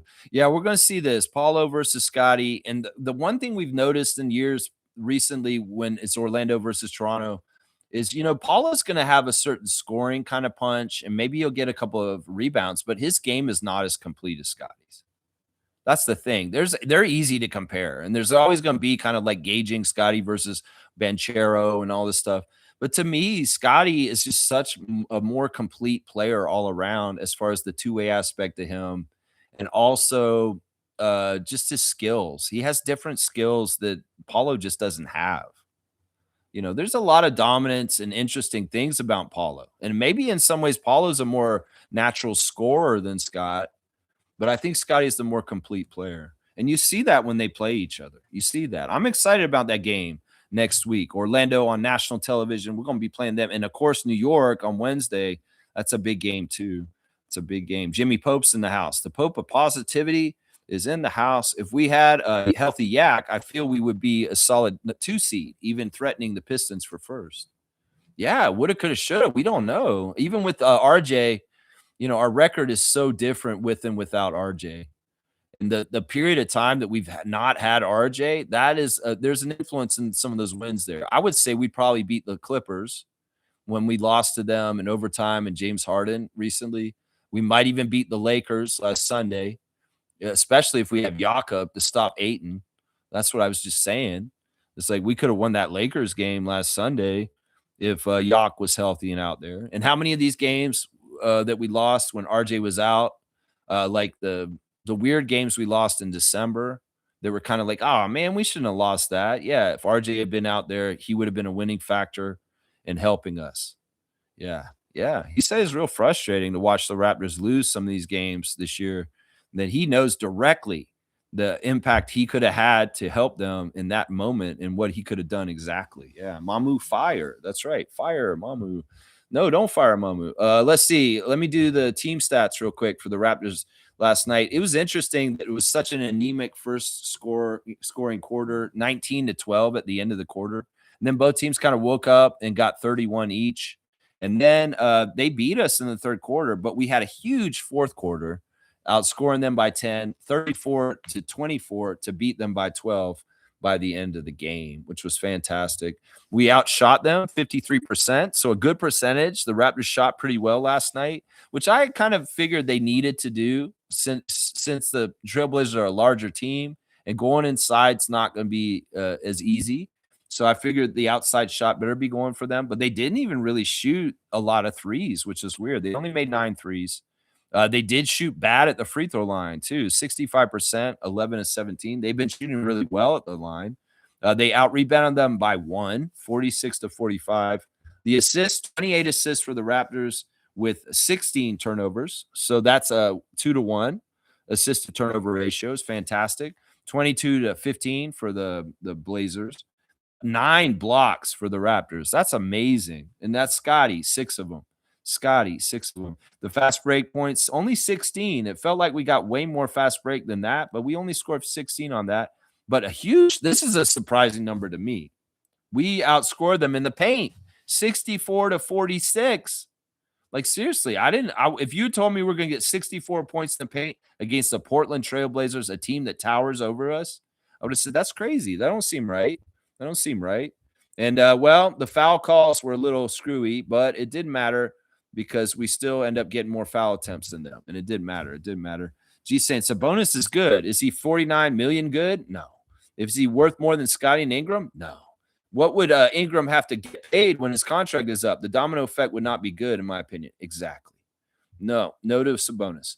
Nako saying healthy Yak, fully available CMB, we'd be laughing. And we will be when this happens in the near future. Reggie saying, being honest, I would trade Jakob. His back is a serious question mark. However, I would not trade RJ. If there's any way Jakob could be traded without RJ, I would do it, but that's me. Of course he can be traded without him, but I'm not saying trade Jakob either. listen, we just got to go through and see what they do. Let's hope and pray Jakob's back gets healed and he starts playing for us again because he is an asset. And I feel like because he's been absent for so long, y'all are forgetting just how much of an asset he is. He's not a throwaway. He's not somebody we can just discard. Like, seriously, y'all need to understand he's important to the team.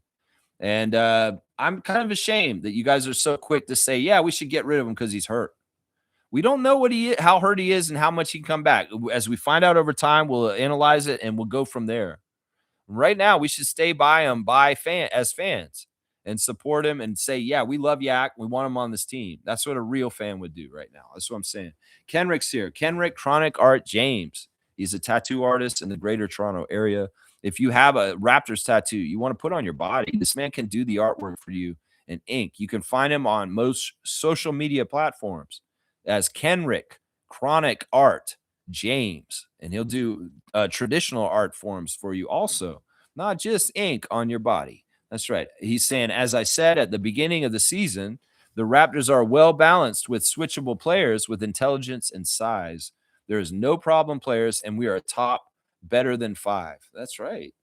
That's right. Good job. And yes, Kenrick was one of those believers like me from the start of the season. And yeah, I remember that. I remember that. Fiercely saying this: Blazers all over BI, kept double teaming him. He reacts better now and makes good passes or uses sound footwork to get out.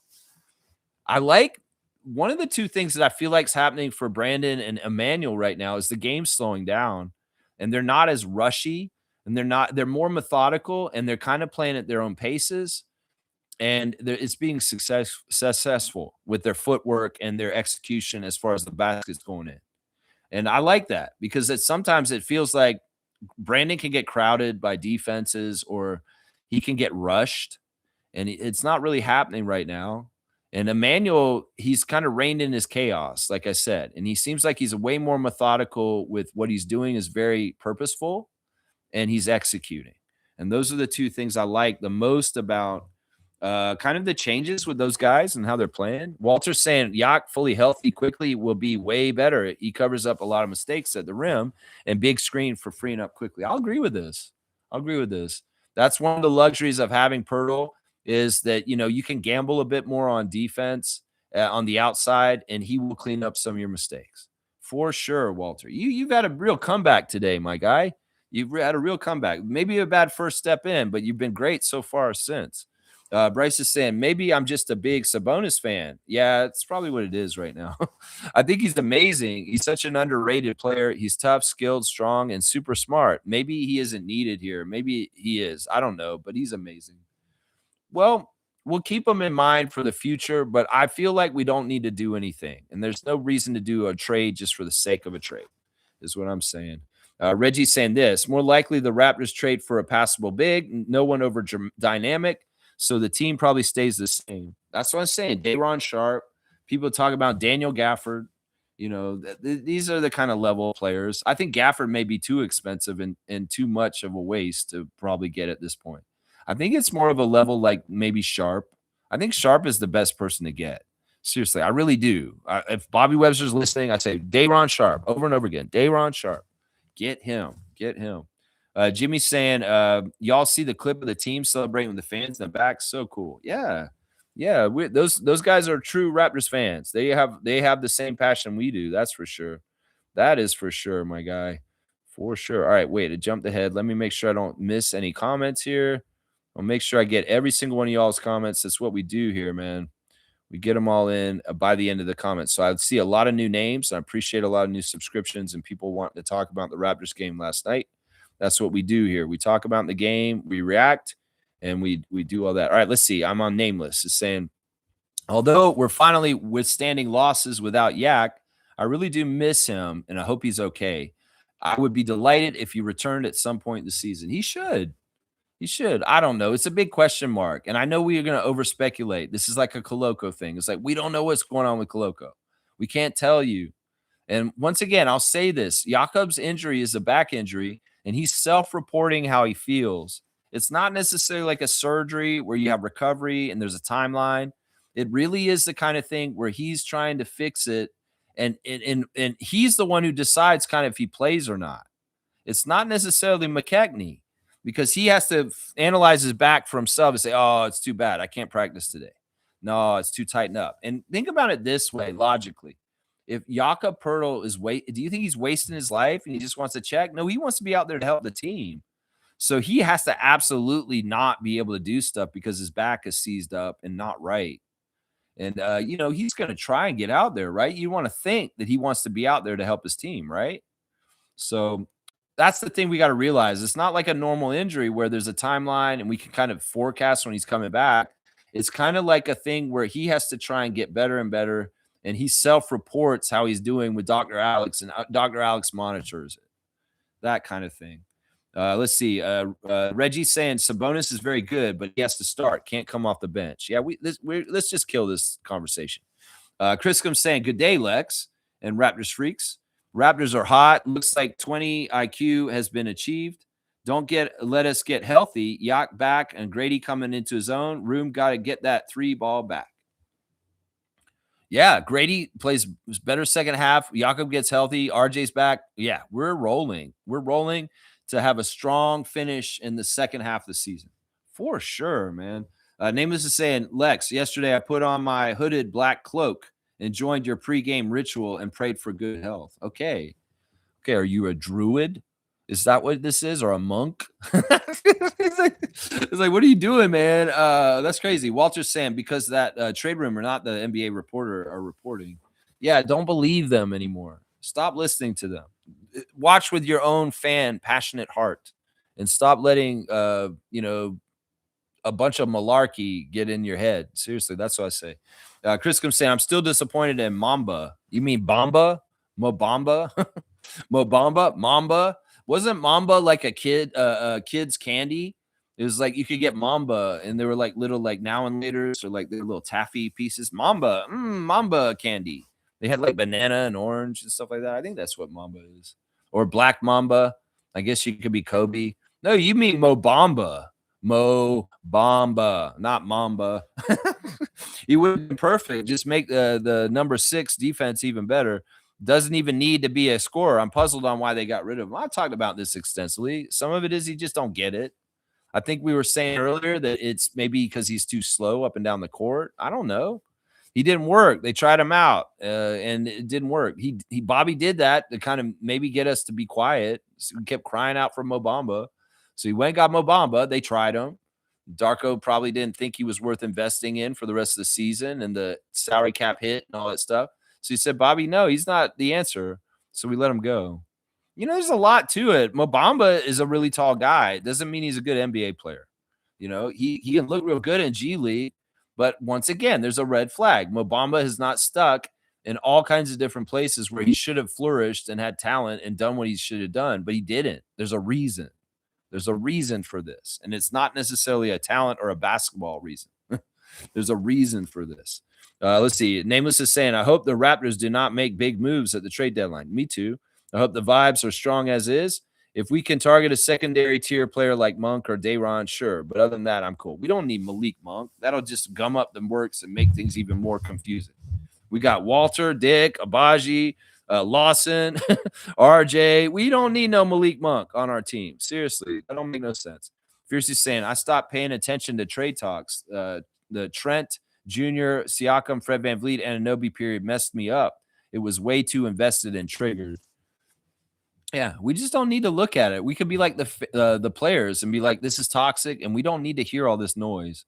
Because I'm like that. I'm like, I don't want to hear this. That hurts my feelings to hear like you want to talk about RJ being on another team. That bugs me. Jimmy's saying, I heard Scott denied them free McDonald's, left my ass off. Nice, Lex. He stopped because he made those blocks because they would have scored 100. Is that why? If the team had gotten to 100, if the Trailblazers had scored one more basket, the fans would have got free McDonald's fries. Scotty's a hamburglar. He stole it. He put the little mask on. He said, you don't get your fries. No. That's awesome. That is so funny, Jimmy. I love that. That's good information. All right, I'm going to give you a dunk for that. That is hilarious, Jimmy. I did not know that part of the reason Scotty blocked the shots is to stop them from getting the free fry promotion, because if they got 100, they would have got it. You got the RJ Barrett 9. So good. That's so good. I didn't even realize that, man. That's awesome. Nako's saying, request for you to smoke a full joint on 420. Of course I will. I do that almost every year, right, Gerald? I'll do it on the show. It'll be warmer then, hopefully. And I'll be outside and I'll sit on the porch and I'll smoke a fatty. That's right. Chris comes saying, I'm glad you didn't put LeBron in the same category as Jordan and Kobe. Oh, yeah, when I was naming that just now, he's not one of the ones I think of first. Nameless is saying, sometimes on a roster, less is more. We baked the recipe. Now we just have to let the meal cook. That's right. Capito? Yeah. Yeah, that's what I've used that analogy many times. Like, to build a team and rebuild a team and get the right ingredients is different players. And when you take different players in and out, you change the taste of the stew. And sometimes the thing all of the stew needs is time, is to slow cook and get it to smell real good. We could use the barbecue analogy, since we got Barnes Barrett in quickly, and say you got to slow roast that barbecue Southern style and just kind of let it like cook and let that aroma and like smoke it out, get that smoky good taste. And it takes a while. It's like, don't rush that shit.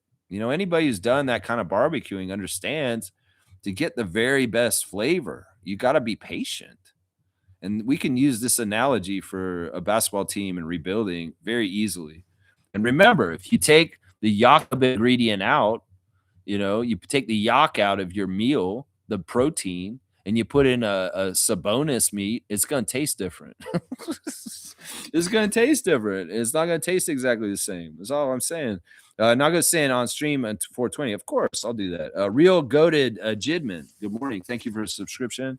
If Giannis is out for the All-Star game, Scotty should take his place as a starter. That's a fantastic first comment. You know what? I would agree with you. Especially since our place in the standings is so high. That yes, who's going to be the coach, right? It's going to be JB Bickerstaff, right? Because he's the coach of the Pistons, and they're the number one team in the league right now at the Eastern Conference. So JB, he might know, because Cade's already starting. Actually, that could work in his favor, Scotty, because Cade's best friends with Scotty. And maybe Cade Cunningham will come say, hey, coach, you should start my friend Scott with me. Him and we got like dreams, and it would be really meaningful if I got to start in the All-Star game with Scotty Barnes next to me as Cade Cunningham. We were in the same draft class, and we're very close friends, actually.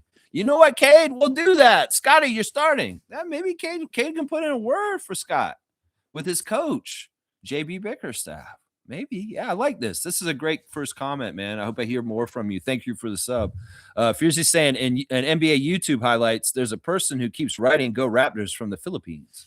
Oh, we have tons of fans in the Philippines. Of course, we know Granny Evelyn, Granny Swag on our channel is, we got a lot of people on this channel. They're Filipino. A lot of big fans. Basketball is huge in that country. That is the biggest sport in that country right now, is basketball. So, yeah. Oh, yeah. Raptors fans are in the Philippines. For sure. Jimmy's saying Scotty and BI All-Stars. Man, it's going to be a stretch to get Brandon in there. It's going to be a stretch. Once again, I said this in the past. To be an MVP, you don't get it the first year you qualify and could get it, like SGA could have. No, you have to do it at least 2 years in a row, and then you'll get it the second year. And Brandon just came back from injury last year. And in some ways, he, in good faith, has to show this is where I am on the Raptors. Yes, I'm all-star level, but I'll get overshadowed this year and maybe not get it. But next year, if he has another year like this for the Raptors, he should for sure be an all-star. But I can see them passing him over this year just because, track record and longevity of it is what it kind of, you got to build up to get that consideration. Does that make sense? Some of it's the NBA politics too, of course. Name is saying, I miss my boy Tommaso Ducarelli. Yeah, me too. I mean, Tom, at this point, do you understand what I was getting mad at you about with rich people? Are you understanding why I was like, don't say that, Tom? And so like that. I was like, listen, man, you can look at rich people as heroes and all this kind of stuff, but have you seen the wealth inequality in the world right now? And are the billionaires actually our friends? That's what my point was, Tom. And that's the whole reason why he left this channel, because he got mad at me for dissing billionaires like Elon Musk and Jeff Bezos for being supervillains, honestly. I mean, Jeff Bezos kind of looks like Lex Luthor. You know what I'm saying? With his bald head and his weirdness and shit like that. I don't know. I miss Tommy too. The oligarchs divided me and Tom because he wanted to stand up for them. And I'm like, fuck that. Don't stand up for Elon Musk. What the fuck is that shit? He's a piece of crap. And it's crazy because ever since then, we see the way the world's been going. And I'm like, Tom's probably feeling like, man, damn it, Lex was right. I would welcome him back with open arms, but I think I pissed him off because I was very mean to him when I was coming at him on that. I was. Shag Lindsay saying marijuana is the breakfast of champions. Awesome. Well, I got my championship sweatshirt on. That's what it says on my shirt right here. I'll get the layers up. That's right. World champions, Toronto Raptors, 2019, 2017 G League champions. That's right. That's right. And speaking of the G League, let me go ahead and do this before I forget. The Raptors 905 played last night, and they lost. They've lost their second game in a row, and this is really kind of only the fourth game they've lost since the very beginning of the G League season last fall. They really are scraping the bottom of the barrel with what's going on with this team right now. With the injuries on the Raptors, all the two ways have been called up, and Jonathan Mobo, and they've had to be on this road trip with the Raptors on the West Coast.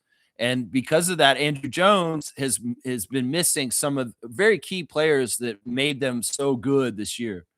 Chucky Hepburn being hurt has been hugely bad for the 905. In some ways, it's mirroring Ulrich Shamshay going out in the middle of the season last year and the downturn that 905 went into after that. The thing is that this team doesn't have enough talent. And much like I was saying, the Raptors were able to get three different guys to score 20 points to carry them offensively against the Blazers last night. The Raptors 905 can't find anybody to make any points for them to catch up and be able to be competing. And last night they got beat by the Long Island Nets. The thing is, Tyreek Key has been kind of filling that spot as being the main number one guy to score. In the middle of the game last night, Superfan Monique Lawrence said to me, who is our number one tonight in this G League game? Because nobody's stepping up and taking that mantle to be the go-to guy to carry and score for the team. There's nobody doing it. And in some ways we question about if any of them are even capable to. Because I'm going to tell you right now, they only had 9 guys suited up last night. And one of those guys was wearing a jersey with no name on the back of it. He was literally a sign-on yesterday that the 905 just added yesterday named Tyrese Hunter, who played for the Rio Grande Vipers of the G League team for the Houston Rockets last. And he just showed up out of the blue. I didn't even know who he was. I'm like, who the fuck is number 17? It's like I'm watching the game. There's like, whoa, who's this guy? Blake Murphy didn't tell us about this or anything like that. It was with no warning. And then I noticed that like Jarkel Joyner was missing. Like he's not there. And there's no explanation for where Jarkel Joyner is, whether he's hurt or he's away from the team for whatever reason. And Jaden Bayako, the walk-on from the Raptors 905 tryouts at the beginning of the season from Brampton, the Bigfoot, 7-foot guy, he's been waived apparently in the last week since they lost to Capital City Go-Go last Saturday, and then they lost last night to Long Island Nets. So Coach Andrew Jones is literally working with the bottom of the barrel scraping of the roster of the Raptors organization right now. And he had to start Patrick McCaw, Tyreek Key, AJ Hogarth, David Roddy, and Olivier Sarr last night. And then off the bench, he had Degan Hart, Quincy Guerrier, Julian Reese, and then the new guy, Tyrese Hunter. And that's it. They just don't have the talent. They don't have the depth, and it's caught up with them. And all the winning they've done this season, in some ways, they need help right now. Like if Chucky was healthy and he could be running this team as one of the two ways still, they might be okay. But they miss AJ Lawson. They miss Elijah Martin. And they miss Jonathan Mobo.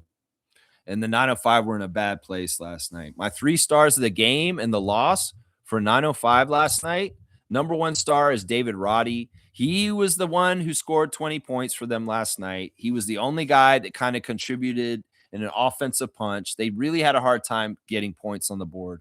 40 minutes for David, 20 points, 9 of 15 from the field, 2 of 4 from 3, 8 rebounds, 2 assists, 2 turnovers, a steal and a block, a -8. My second star of the game is Julian Reese. Julian Reese is still playing very few minutes. It's crazy. Even with everybody missing and stuff, I think that he gets put in the doghouse quickly by Andrew Jones. And if he's doing things that are not totally exactly right, he gets taken out of the game. And sometimes it's foul trouble. And he did have 4 fouls in 16 minutes last night. 6 points for Julian, 2 of 2 at the field goals, and 1 of 1 at the free throw line. So he shot perfect, true shooting, 5 rebounds, 3 turnovers, a +5 though. So the minutes that he was out there, the Raptors 905 was winning. But yeah, he's a green project. And that's how bad the game was last night for overall for the team. I'm giving a guy off the bench with 6 points and 5 rebounds, the second star. The third star, I'm going to go ahead and give it to the new guy because he, to his credit, he showed up and he did some stuff. I wasn't totally impressed with him. He had one point where he stepped out of bounds and it looked like unprofessional. He was not totally that great, but this is how bad they were last night. I'm going to go ahead and give him star for this game just because I want to note he may be one and done. We may be seeing Tyrese Hunter of Racine, Wisconsin for one game from the 905, and that'll be last night. 14 minutes for him, 7 points, 2 of 6, 1 of 3 from 3, 2 of 2 at the free throw line, 1 rebound, 3 turnovers, 3 steals, a +3. So he was also a plus. The thing is, like, he smacks of like just a temporary player just because the 905 didn't have enough bodies to suit up to legally play the game. There are rules about this. Like if you don't have enough players, you forfeit the game automatically.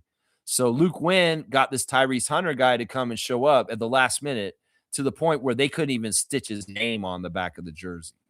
So yeah, it was a tough game. On the other side, there was center was dominating us. Grant Nelson, 20 points in 19 minutes on 7 of 8 shooting with 6 rebounds and 2 steals and a block, a +26.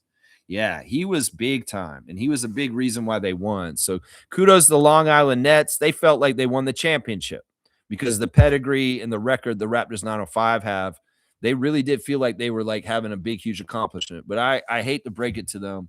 You beat the bottom of the barrel of our organization and just the very bare minimum of what we got at the very end because none of the important guys were there. None of them. So, yeah, it's a tough loss for Andrew Jones. He was pissed. Right at the end of the game, Andrew Jones, he went crazy and started yelling at everybody, yelling at the refs, yelling at his own team. He hates losing. Oh, my gosh, he hates losing. And, yeah, it was pretty interesting to see. So, yeah, that's the 905 game. I'm not even going to do the team stats because it was pretty dismal.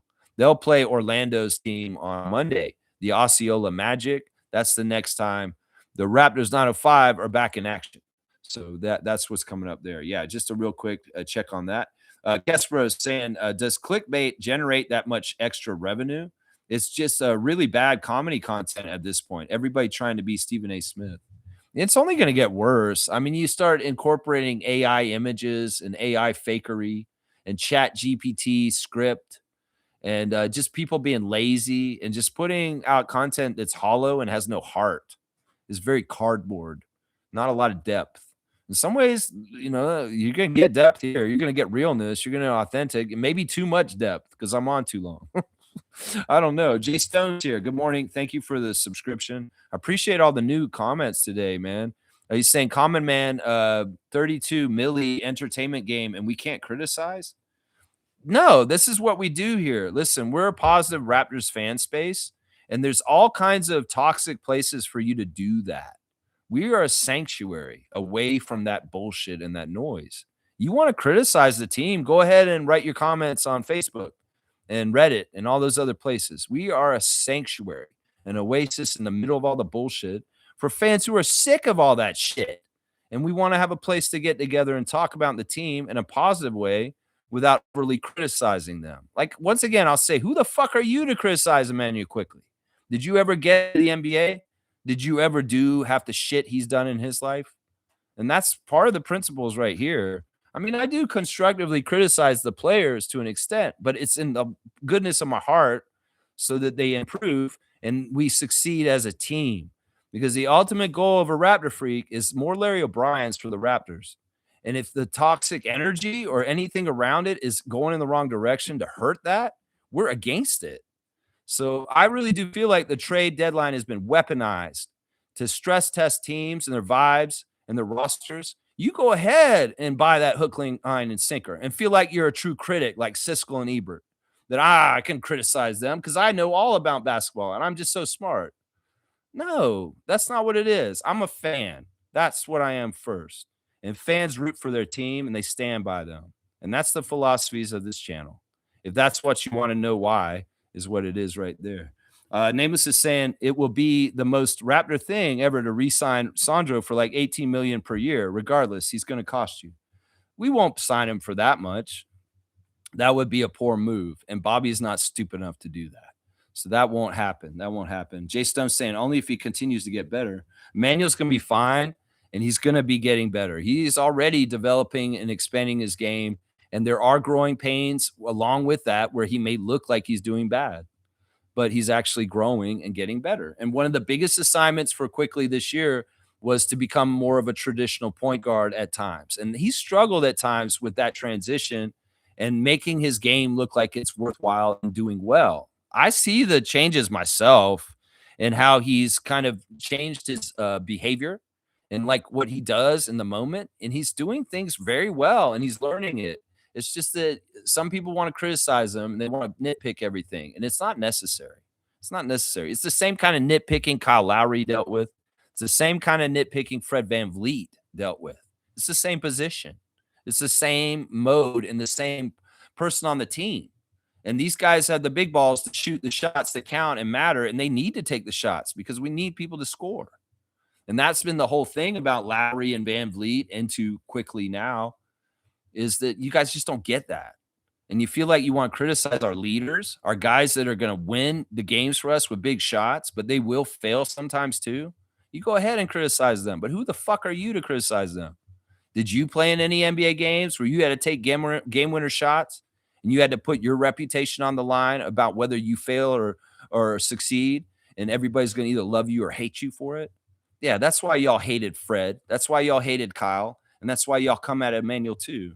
Is because if it's not perfect, it's not good enough for you. But at least these guys dare to try and do this shit, and they help our team win more often than not.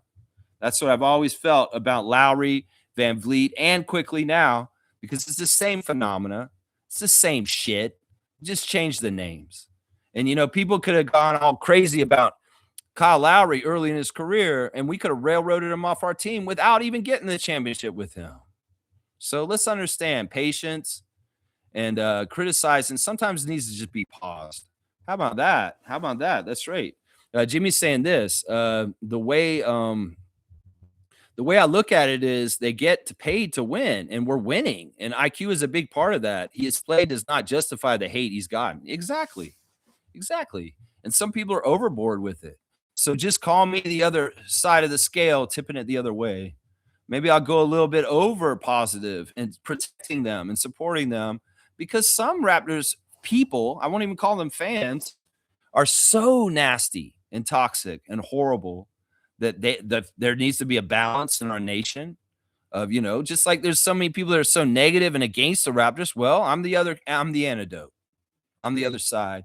And if you identify with me more on that side of things, well, you found your people, you found your tribe, you found your channel right here. If you can put up with me and my personality, you think I'm okay. That's another part of it too. Let's see. Smooth saying Sandro is probably the best free agent signing the Raptors have ever had. Him and Kevin Willis. He's pretty good. Yeah. Kevin Willis was in a trade. I don't know if he was actually free agency signing. Jose Calderon. I think that he's one of those top big signings too. Jose is actually probably the greatest free agency signing in Raptors history. Is Jose, but Sandro is on the list. He is for sure. Fiercely saying no IQ slander allowed. Yeah, I'm with you. Nameless is saying Quickly is fantastic, and people that paint him as some low IQ player are morons and don't understand he's still adjusting with much more responsibility than he's ever had in his career. Stupid. I don't even know what word you mean there. Patans? What is that? Stupido. He's speaking Italian. I'm sorry. I didn't get that lesson. Smooth saying Sandro, Willis, and Tracy Murray. Yeah, I don't know if that's exactly the right list. I still say Jose Calderon, man, was a straight up free agency signing, like out of Europe. Is crazy, man. Yeah, Walter's saying, because I have eyes and I watch the games that you're allowed to criticize. That's why. Okay. Shaq Lindsay saying Walter is getting roasted, but don't take it personal. It's just initiation. Welcome. Yeah, if you like it, if you don't mind it, it's just how we are here. We've been doing this every day for 4 years straight. I have a streak that I've been doing this show since Scotty's been on our team. And we just have a certain way of things. And in some ways, we try to influence the overall Raptors nation on this side of things. And we're not about toxic. We're not. We're not. And some people say, well, you are toxic because you're not accepting people's opinion and being criticizing. No, it's just tired. And in some ways, we've heard all the bullshit y'all have to say. And in some ways, we're dismissing it. That's what we're doing. It's not that, you're not allowed to do it. It's like, no, we've heard all the bullshit y'all are saying on other places. And once again, this is a sanctuary. This is a place where we're trying to carve out a place where we can just be fans of the team. And we understand our role. We're fans. We're not the journalists that write stories. We're not critical critics. We're not in that position because we don't have the expertise because we never played in the NBA. And we're not GMs and we're not coaches. In some ways, know your fucking role, jabronis. Like Dwayne Johnson would say. You're a fan. You're not a fucking coach. You're not a fucking GM. So stop acting with arrogance that you are. Like your opinion matters. That's what I'm saying in some ways. In some ways, your opinion don't fucking matter about Emmanuel Quickly. Because in some ways, you don't have any power of the situation anyway. And you could go ahead and yell and cry about it into the woods. You probably do just as well as posting all that shit on the internet. Seriously, that's the way I look at it right there. Wayne's saying, good morning, Raptor Freaks. We're number 3, definitely amazing and on the road. I see improvement based on levels. Raptors have different gears in which they're capable of engaging. That's improvement. Yeah, we have versatility and an adaptability that I was talking about earlier. The Raptors will figure out ways to win games as they're going on. And because they're an AP class and they can understand things quickly and change things fast, they can adjust quicker than most average teams. And they're really astute and they're high level and they want to do this. Scotty is really getting into the scouting reports now. You can tell when he takes his defensive assignments, there's a certain level of really understanding what is going on and just like looking into it like a mechanic and all the parts and the pieces of the engine and just really picking it apart. In some ways, his influence from this comes from OG. When he played with OG was like this. That was part of the secret of OG-itis and how he afflicted people with not being able to score. Is OG did over prep and he learned all the tendencies of the players he would have to guard. And that's the secret of why OG Anunoby is who he is. Scotty's doing this now. He had his first couple of years in the league just to get his feet under him and learn the league and the stamina and what it takes to play in this league. And now he's at the level where he's fine-tuning his assignments and he's really learning the scout and doing the work OG does. And that's showing. And that's part of the reason why he's made the jump on defense this year. That's a big part of it right there. That's a big, big part of it right there. Logical Raptors fanatic has graced us in the stream today. Mike, good morning. I hope you're doing well, my good friend. The media gaslit everyone all summer with the I don't know what the Raptors are doing BS. They have too much money on the books for a mid-team, 16th highest payroll and 4th seed. People just echo things they hear. Yeah. Well, is our money too much for where they are in the standings now? No. Why aren't you saying this about Cleveland? Why aren't you saying this about teams that have higher payrolls than us? They're lower than us in the Eastern Conference. I mean, seriously, that's the thing right there. That's the thing right there. Walter's saying this. Listen, I watch I can have an opinion that what fans do, what the fuck, or you tell me what to think of how they play. I will tell you because this is my channel. And in some ways, I make the rules here. You want to be in here and talk to us and be around here. I'm not doing this to keep all the subscriptions in the world. I don't give a fuck if I get more people on this channel. I would turn people off and send them out of here all the time. I'm not here to kiss your ass and beg you to watch my show. If you enjoy my show and you want to be here and talk about it, that's fine. But yeah, that's the rules here in some ways. And in some ways, it's been working because we do have a sanctuary. We do have a place away from this over-criticizing bullshit. It's absolutely unnecessary. And I think I've espoused my opinion on this and the view on this so you can understand it in a well-rounded way. That's it. All due respect, man. You go ahead and bring it in here. It's just I'll be like Jack and say, get that garbage out of here. That's basically how it works. We people come in here with opinions, regulars that have been watching me for years, and we don't agree all the time. And we have reactions, and we go through this, and that's just part of it. You come in here, you're gonna get my true reaction to it. And that's all this is right here. As much as you're allowed to have your opinion, as am I, right? That's right. That's right. That's how it works, right? G's saying this, Walter, calm down, man. Unlike to be honest, we pick on IQ, we don't do that. It's not helpful to him or the team to criticize, to be helpful, or to be right. Yeah, in some ways, Walter, if you want to be in your ego and just be like, well, I can say this, I can do that, I'm important, listen to me, rah, rah, rah. That's fine. That's fine. I listened to you. I responded to you. And that's what this is. That's what this is. Jimmy's saying hate watching is wild, especially when we're having a good season. Couldn't be me. No, that joy and pure passion that those red jacket guys that were at the game last night, that's the feeling of it all. Those guys were there for the right reasons. And that's why they get to be with the team after the game and celebrate with them. That's what I'm saying right there. No half-ass shit. You know, Kevin Durant will talk on Twitter. It's like, y'all say the craziest shit to me on Twitter right here in these comment sections. But if you see me in public and in my face, you will act like you love me and say all this shit. And then you'll turn around and say all this shit about me on the other way. That's the energy we're talking about here, Walter. That's the energy we're talking about. That's what we're talking about. That's right. That's right. Hey, unlike other channels. That's right. We're not trying to do that. In some ways, you want to do this kind of stuff, go watch Pencer.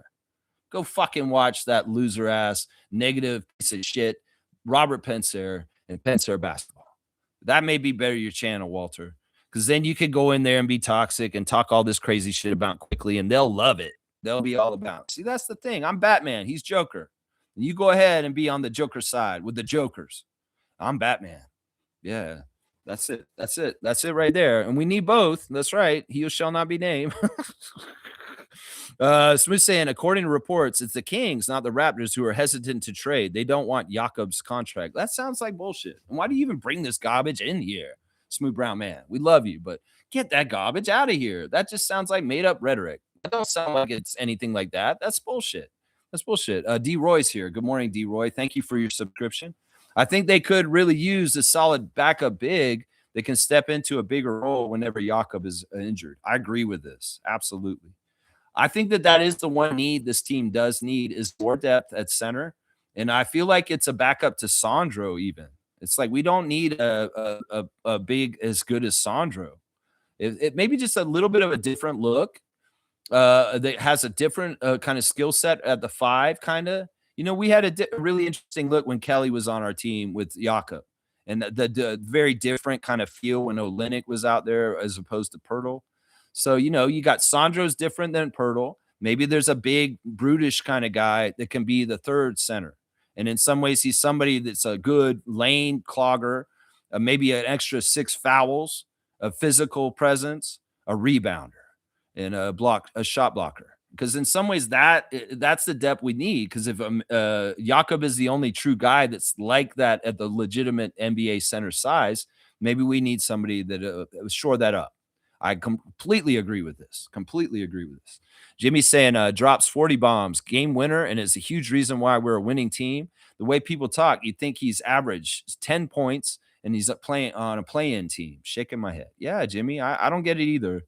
In some ways, they got so used to dissing Emmanuel at the beginning of the season that, you know, this is how you know they're casuals, because they're not up to the minute on what's going on.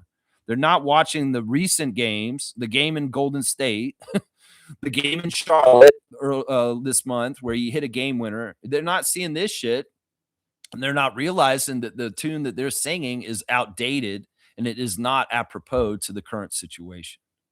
You know, it's just like last year, all the bullshit people said about RJ in the offseason.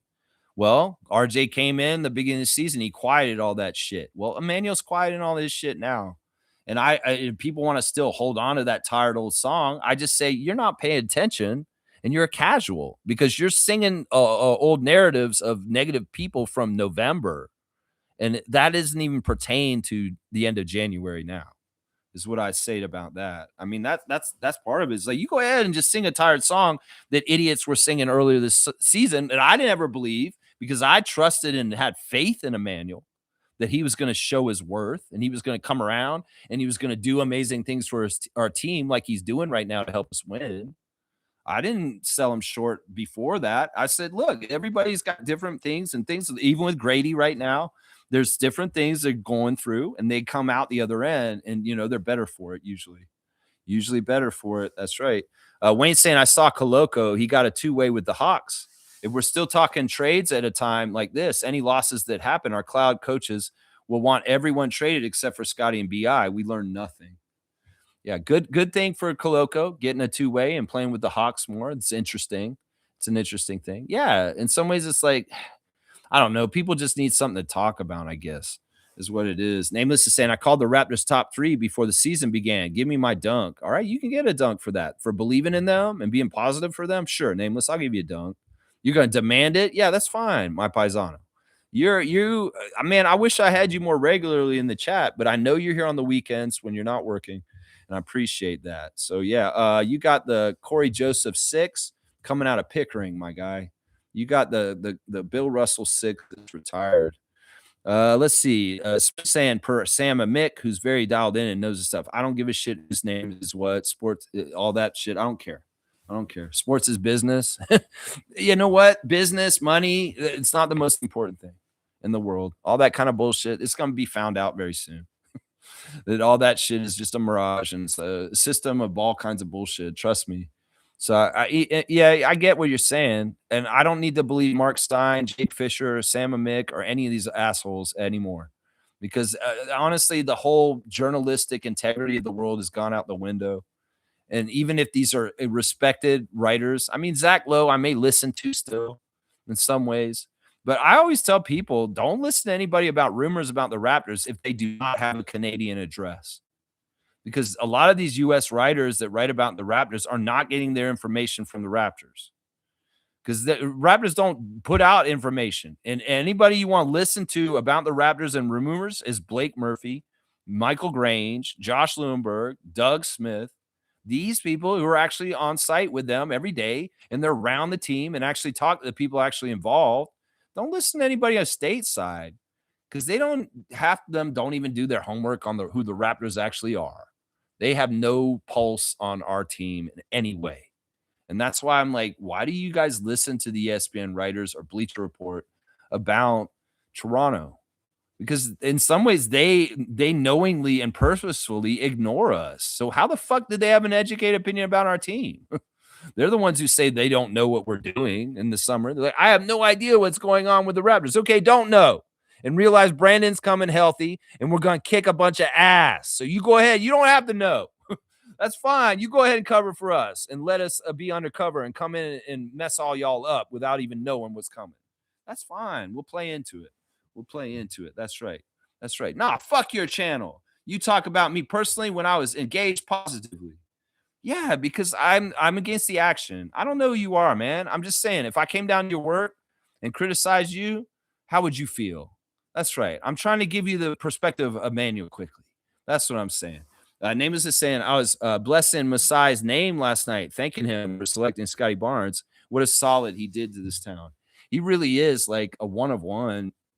I don't think there's honestly been ever a player in the NBA's history like Scotty Barnes ever.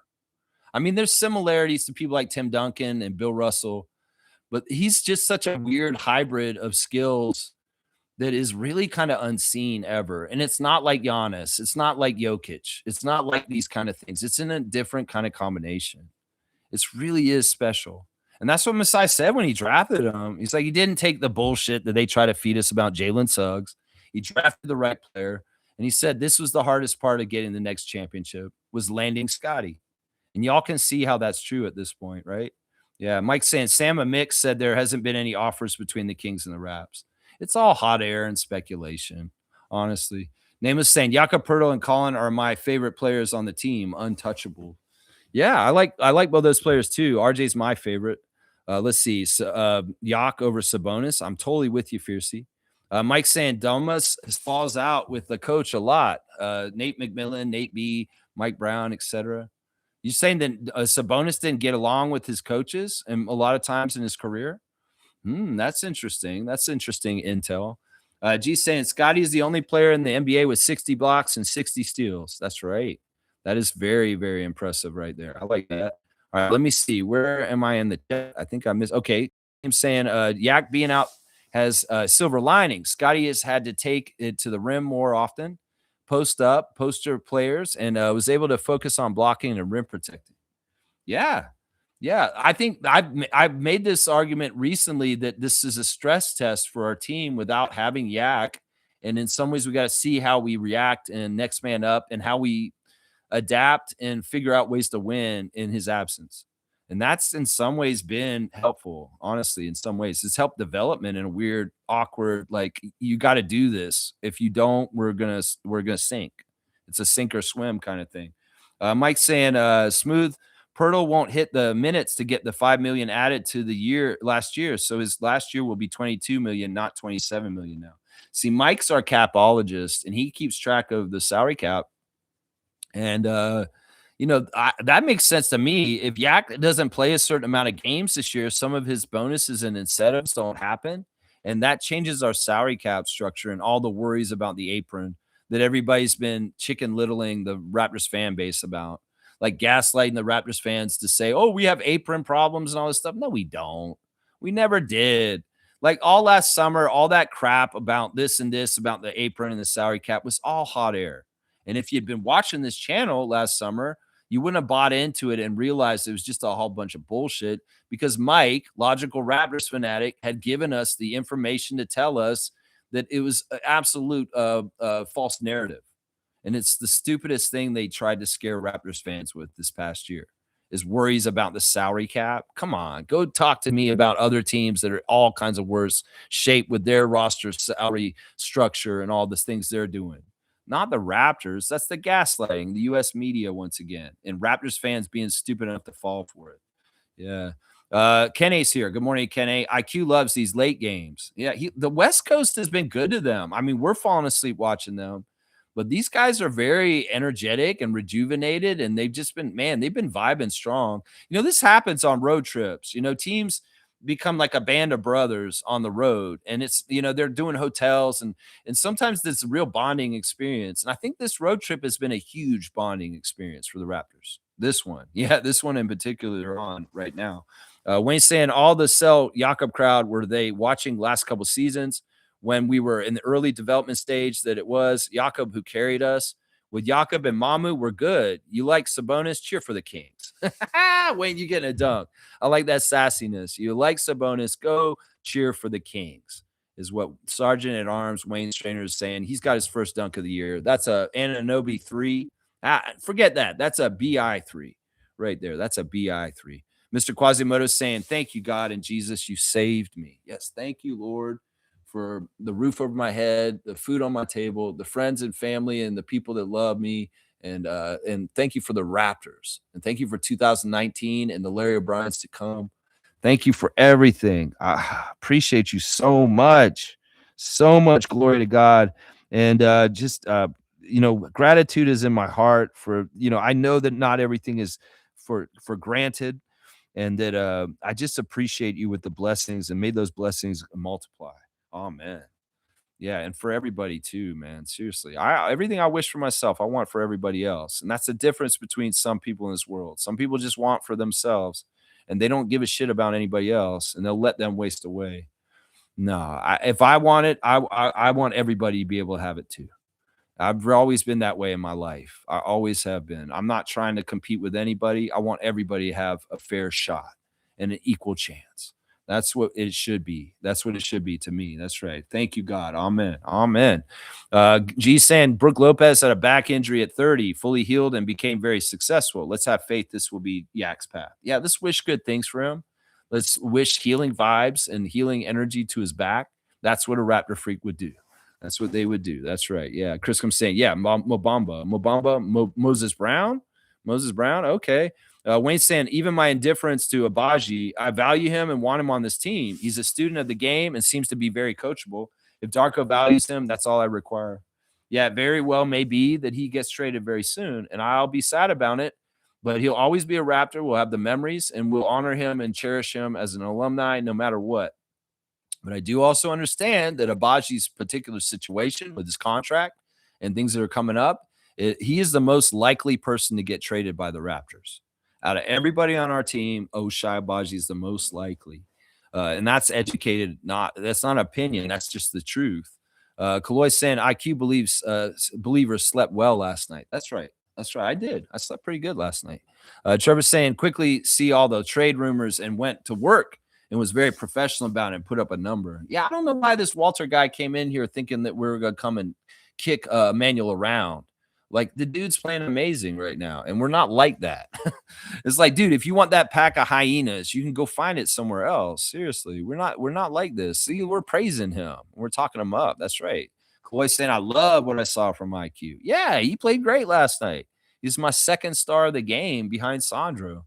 Yeah, G saying, somebody please make a Scotty Hamburger meme. Yeah, that's funny. That actually would work really well. Raptors Reddit, get on it.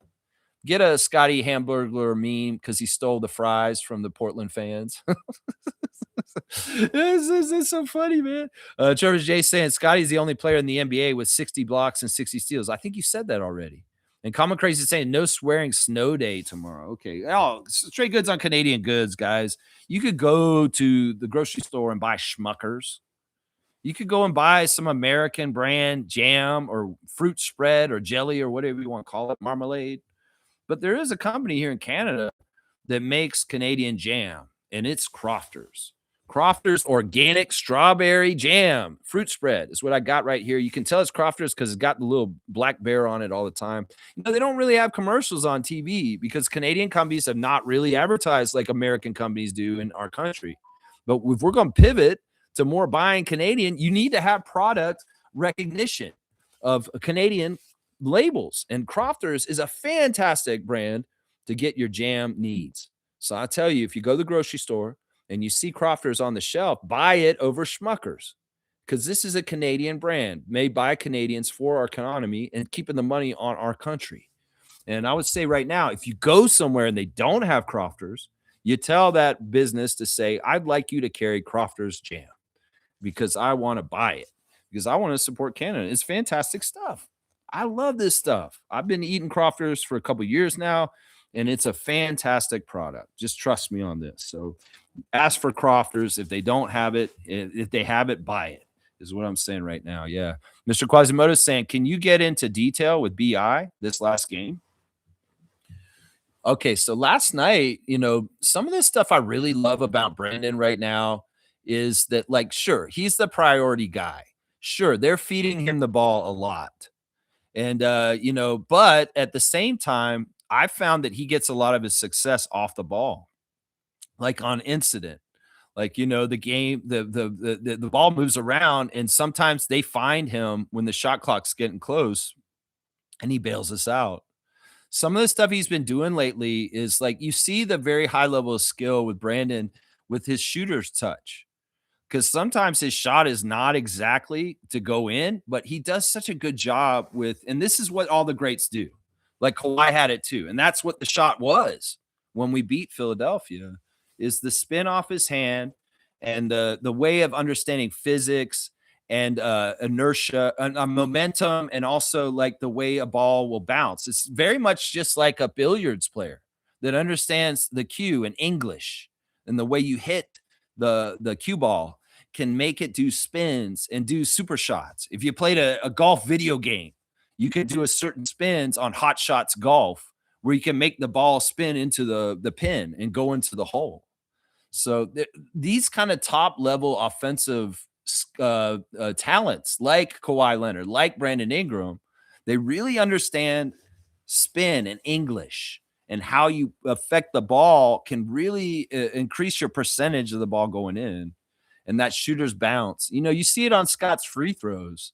The way Scott shoots free throws now is really high level, and that's why he's making so many, is because even if he doesn't get it clean, it'll hit the front of the rim and it'll go in a certain bounce into the backboard and then come back in like that. Like, that's the stuff I'm talking about. And the thing that impresses me with Brandon in particular is like he has so many different shots where he uses the English and the spin to really help it to go in. Yeah, he's just amazing talent, man. We're so lucky to have him on this team, and he's very happy and lucky to be on our team also. And that's a simpatico that's just really good. It's really, really good. I hope that is something you wanted to hear, Mr. Quasimodo, right there. Yeah, Seymour saying, "Y'all stay safe and warm in Ontario." What's it like over there? Don't you guys have the crazy cold weather in Alberta also? I mean, we are crazy cold right now. It is insane out there. It is nuts. It is so crazy cold. Yeah, Mr. Quasimodo is saying, "I think I'm a hired hard laugh out loud. I think I'm a mad fan, not pleading Vinsanity, but embodied. You got to love the hardcore fans that make it happen."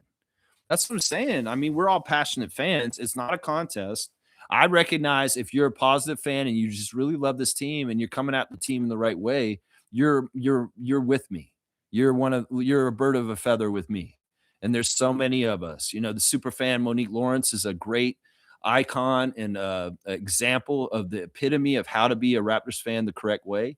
And her example is something that you know, you can always look to for your compass as far as your morality for how you feel about the team, because her love for the Toronto Raptors is absolutely pure. There's nothing tainted about how Monique Lawrence looks at the Toronto Raptors. And if you're in line with her opinions and how she feels about the team, then you're in the right place as a good, healthy fan and not a toxic fan, because there are a lot of toxic fans. Oh my gosh. I don't even call them fans anymore. There's like people that follow the Raptors that think they're fans, but they're overly critical and they're just crazy, a little bit like Walter. And you can call yourself a fan, but I feel like if you're in consternation and upset and you're constantly seeing the negatives about the team, you're missing out on the whole idea of what it is to watch a sports team and root for them and the entertainment you're supposed to derive from it. I think that's the problem. I think that's the biggest problem right there, man. Isaac saying, Giannis, Booker, Butler, the injuries keep piling up in this league. Gonna need to change the name for legal reasons for a few All-Stars NBA game. There have been a lot of injuries and they are piling up. You're exactly right, Isaac. But let's not focus on them, because you know your attention goes to where what happens, and there's more and more of that. You know what I'm saying? You know what I'm saying? Mr. Quasimodo is saying, "Man, I don't know how to speak." You're doing fine. I can try and read through some of the stuff. Or you're talking about pleading Vinsanity. That's interesting, man. Smooth saying, wasn't Jose Calderon drafted by Rob Babcock? No, he wasn't. He was a free agency signing, and that's why I say I consider him the greatest free agent signed by the Raptors. Because look at what he became, an 8-year point guard for us. He was on our team for like 8 years. So there's a longevity value. And we know just how great Jose was and everything. He was introduced to our team as a straight up free agent. That's how he came to our team. He wasn't traded to us. We did not draft him. We saw him from Europe and we said, "Hey, would you like to sign and come to America, to Canada and play in the NBA?" And that's how Jose ended up with us. And he was older too. He didn't have any draft rights on him, anything. He just came in cleanly as an unrestricted free agent, as a European guy that was out there. And we said, "Hey, you want to come and play for us?" That's how he came here. Yeah. Yeah. Nins is here. Good morning, Nins, holding it down for us in the city of brotherly love on the enemy lines of the Sixers. W50 viewers, like the stream if you haven't already. Yeah, I appreciate it, man. I guess the success of the Raptors has mirrored me being more successful because there's more interest and people want to talk about the good vibes and the good stuff, for sure. Thank you for all the new viewers that are here. If you're just finding us, hopefully you like it and hopefully you want to hang out, but that's not totally important to me. I do it for my audience. It's niche. And if you feel like this niche audience and this niche thing we're doing here is your thing, well, welcome. And I hope you're interacting and involved. I know a lot of people just watch me and they never comment and they just enjoy getting the updates daily on Raptors stuff and being on top of things with the team. So yeah, Seymour saying Keon Clark was the best free agent signing in Raptors history. Guys, actually, I'm really glad Seymour brought up Keon Clark, because I've interacted with him in the last couple of days. He's on Facebook, and I found him recently. And Keon posted something really powerful 3 days ago on his Facebook. Basically, a content producer wrote a thing about Keon's story, about how he did not play a single game in his NBA career sober. And in fact, Keon was drinking at halftime at Air Canada Center at the Raptors games and getting even more drunk. And well, the story is basically this: Keon's been in prison and gotten out, and now he's back out and he's in Illinois where he lives, and he's sober now. And he's starting to counsel people and be a positive influence in his sobriety now as a mentor and trying to teach people. I love that story so much. It's so inspiring as a recovering alcoholic myself who has 15 years with no alcohol. I identify with Keon Clark a lot as far as, you get in trouble, you have a drinking problem. And the fact that he's sober now and he's gotten cleaned up, I wrote him a really nice message saying, you need to be put on blast more, and your story needs to be told because you're a great example and you could really help a lot of people that are struggling out there if they can see your example. And yeah, man, he's an awesome guy. And I'm really happy for Keon. I hope he can come back to Scotiabank Arena and wave to the crowd and get his accolades as an alumni. But I'm not totally sure he's allowed in the country of Canada at this point because of his criminal charges and history. But either way, it's great to see a redemptive story arc in the life of a man like Keon Clark, that he got control of his demons and he's not in the bottle anymore and he's sober at this point. And I appreciate him so much for that example. So just an update on him. Yeah, he's on Facebook, man. And that's what he's doing now. He's very much a mentor and trying to be a good example of a post-alcoholic life and putting down the bottle. Smooth saying this. If not, then yeah, Jose would be number one. Hang on. Sandro and 3 and Murray and Willis was a trade for Roy Rogers. Yeah, Willis was a trade. I'm pretty sure he wasn't a free agency signing. I'm absolutely positive. Tracy Murray was a weird one. I think he was a trade initially too. I think he was too. Yeah, Kalois saying hi to Seymour. I like that. Isaac saying in 2006 at the start of the Jose TJ duo, they were at the same age as IQ and Shed. That's interesting. I don't think that's right. Isaac, I don't think that's right. I think Jose was already like 28 when he came to the league. You got to remember, Jose, the European guys don't always come in young. They play like their European career, and then they're like so good in Europe, and they're like, oh, maybe we should come over to the United States. I do not believe that Jose was that young. Maybe I'm wrong, though. Maybe you're right. Randolph saying, Lex, so much players in the NBA are injured and are missing time. Ja out 3 to 4 weeks with elbow injury. Giannis 4 to 6 weeks. And I don't believe it's the schedule. Some players are not playing 20 to 30 minutes. Yeah, I don't know what it is. It's the play hard league that they've amped up the energy. There's more full court press. There's more physicality because the FIBA rules are more allowed in the NBA right now. They're allowing way more physicality underneath the basket for defense. So I think this is all build up and a byproduct of a lot of different things. I mean, the players are wearing their bodies more and more because of full year of working out instead of taking off season off. There's all kinds of different contributing factors to the phenomena of more injuries in the NBA this season. There's a lot of them. Stargate saying at Logical, it must be so annoying seeing people who have no clue about contracts and NBA financial structures talking totally incorrect information. Yeah. I wish Blake Murphy and the experts that know about the salary cap would put out more information and tell the truth so that people can be fact checked and also understand this is the reality instead of people like putting out uncertainty and all the dumb stuff. I mean, Blake will tell you straight up. If you go to one of his social media accounts and leave him a comment and ask him a question, Blake will answer you.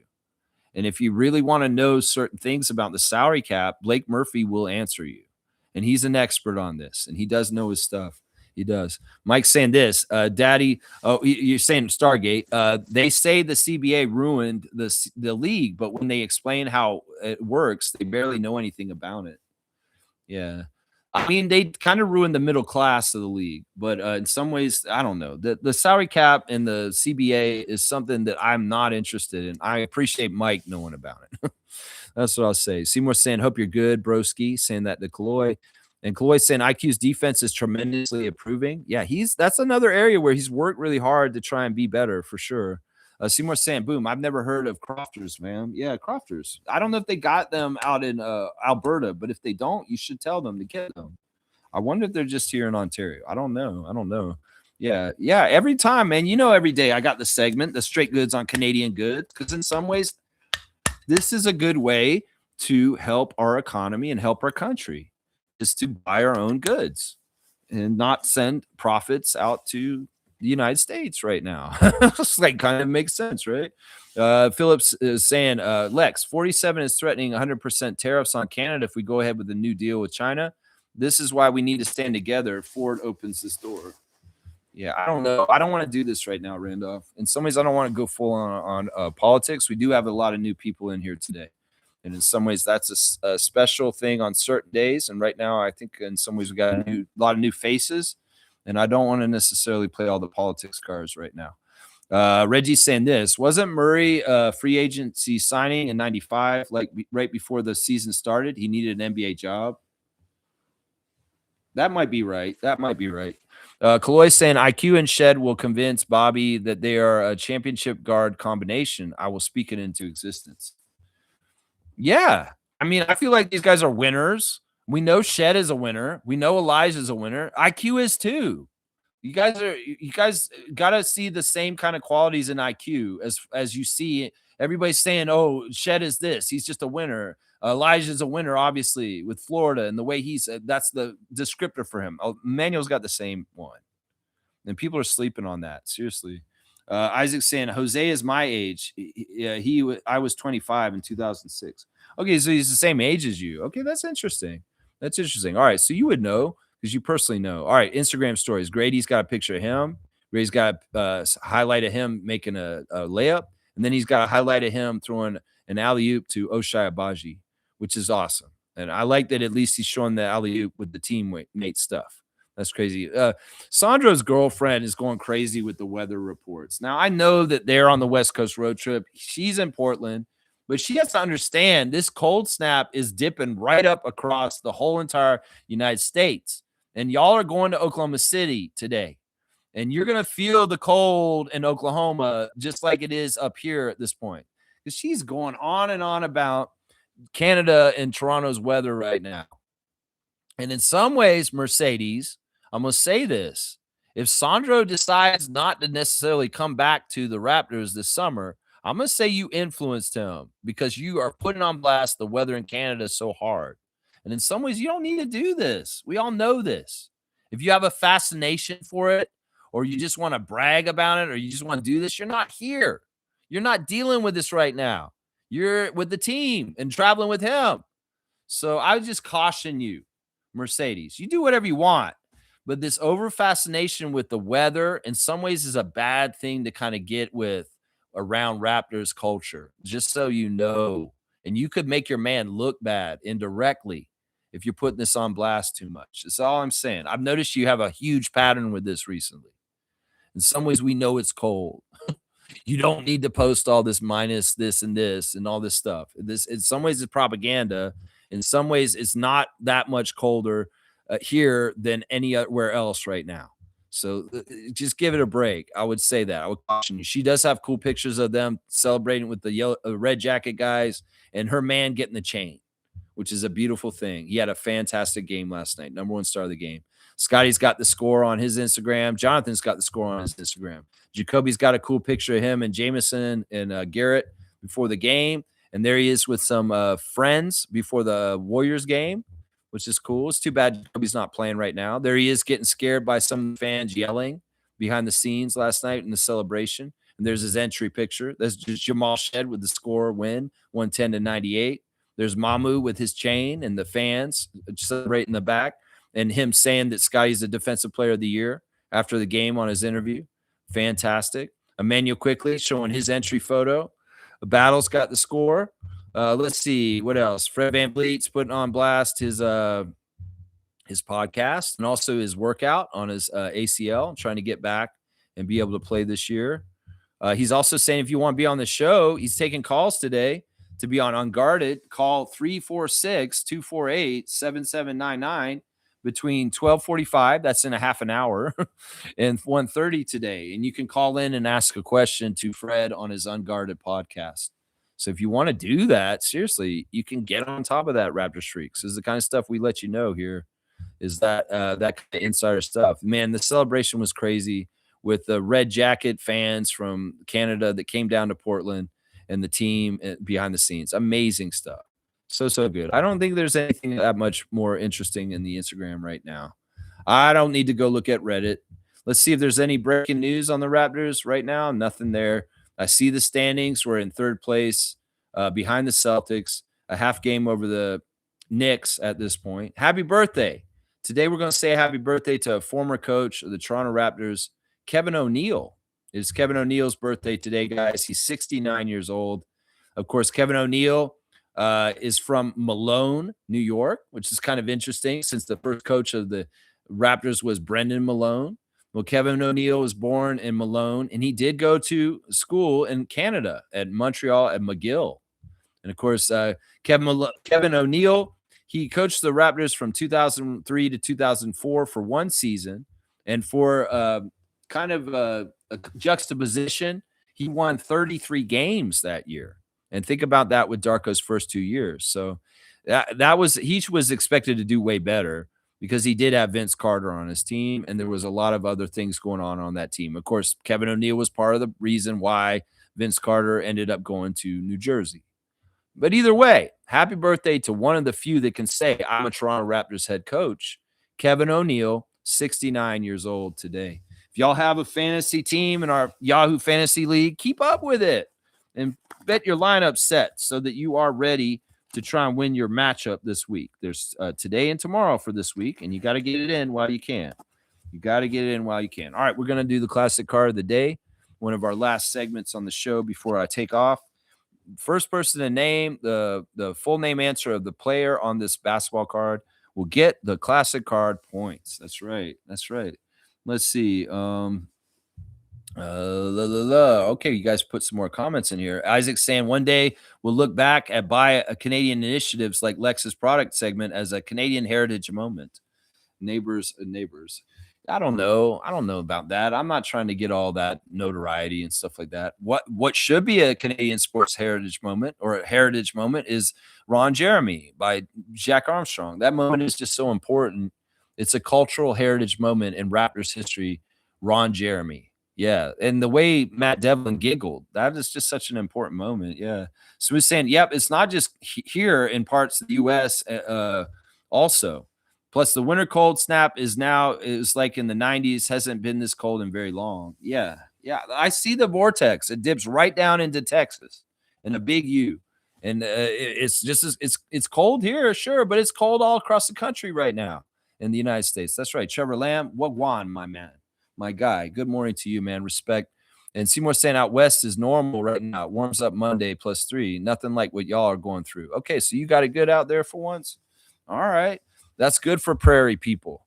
Usually they get the shaft. Well, everybody else gets to feel it right now. So it moved over you. All right, here we go. Here's the classic card of the day, guys. Full name answer will get you the card. It's an all-star card, and it's an old all-star card. And if you know who this player is, I'll be very impressed with you because in some ways, this is a forgotten player in the NBA's history. Of course, we see our original team president on the screen with his name and his jersey with his back to the picture. And that looks like Earl Strom as the referee in the background, old white-haired referee Earl Strom. See, I know my NBA. So who is the player in the red jersey on this card? And it looks like they're an all-star for the West. Miami, February 9th and 11th, 1990 All-Star Weekend. Terry Cummings. Isaac Campbell, that is wrong. That is not Terry Cummings of DePaul, who played for the Spurs and the Bucks. That is not TC. Sorry, one of the early teammates of David Robinson on the Spurs. There we go. Reggie knows. That's right. This is Rolando Blackman. And actually, he was one of the guys that quickly tied the record with recently. That Shaq, Rolando Blackman, and Emmanuel Quickley are the only three players in the NBA's history to score a 40-point with 13 or less shots. Yeah, and Rolando's interesting because he did it without the three-point line, really. Shaq did it. They both did it with a lot of free throws, obviously. But yeah, Rolando Blackman is the card of the day. Smooth Brown Band's going to get it, and I'm going to say it's a 100-point card because he's kind of well-known. He's kind of well-known, right? Right, kind of. So yeah, Smooth's getting it today. Rolando, 100 points is what I'll say because he was an all-star. And I mean, everybody in Dallas Nation knows who Rolando Blackman is for sure. I mean, he's still right around their team, right? He's on their broadcast, isn't he? I believe he is. Let's see. 100 points for Smooth Brown Man on the classic card today. All right, I guess we'll wrap it up, guys. Thanks for watching the Raptor Freak stream today. We're just going to finish up under 3 hours. The 5 stars of the game for the Raptors game last night. And what I saw on the court, number 1 star, Sandro Mamukelashvili. Emmanuel Quickly, 2nd star. Brandon Ingram, 4th star. 3rd star. Grady Dick, 4th star. Oshai Abaji, 5th star. And an honorable mention to Scotty Barnes. Yeah, I didn't give a star to Scotty. I could have, but I didn't. The 905s lost to the Long Island Nets. David Roddy, Julian Reese, and Tyrese Hunter are my 3 stars of the game in that loss. Yeah, it was a tough one. All right, guys, I'll be back tomorrow with the ref report and the latest lineup news to get you set up for Oklahoma City Thunder. The Raptors will be playing the champions in their arena tomorrow. It's going to be a tough task. But hey, if Siakam and the Pacers can beat the Thunder, we can beat them too, right? That's the logic, right? So anyway, I hope you all have a great afternoon. For everybody who just found my channel today, thank you for watching. I hope you enjoyed it. I'm not taste for everybody. I get that. But if you have the same kind of values and some of the same kind of things that we feel on this channel, you might really enjoy my channel going forward. And I hope that you'll come back, and I appreciate your subscription. And even if you're somebody who just wants to watch and doesn't necessarily want to comment, thank you for watching. I know there's a lot of y'all out there. And also, if you don't watch me live in the morning and you watch me later on the day, the best thing to do is to watch me at time and a half so that the stream goes by faster. So instead of it being 3 hours, it's an hour and a half. Instead of it's 2 hours, it's an hour. Stuff like that. Because I'm very easy to understand at a faster speed. You could even do it at 2 times if you want. But I'm a little bit more micro machines, man, when it's like that. All right, y'all have a great day. And once again, the opinions that are expressed on this channel are solely the people that express them, whether it's you guys in the comments or myself, and not reflective of the Toronto Raptors, the NBA, any of the players, anybody else except for our own. And I appreciate everybody, and I hope that you guys have a great Saturday. Let's go Raptors. Have a fantastic day. And I'll see y'all tomorrow at 9:30 a.m. in the morning. Let's go. Raptors, Tempo, 905, CBL, Team Canada basketball. Let's get it done, Raptors. Keep winning. WWW.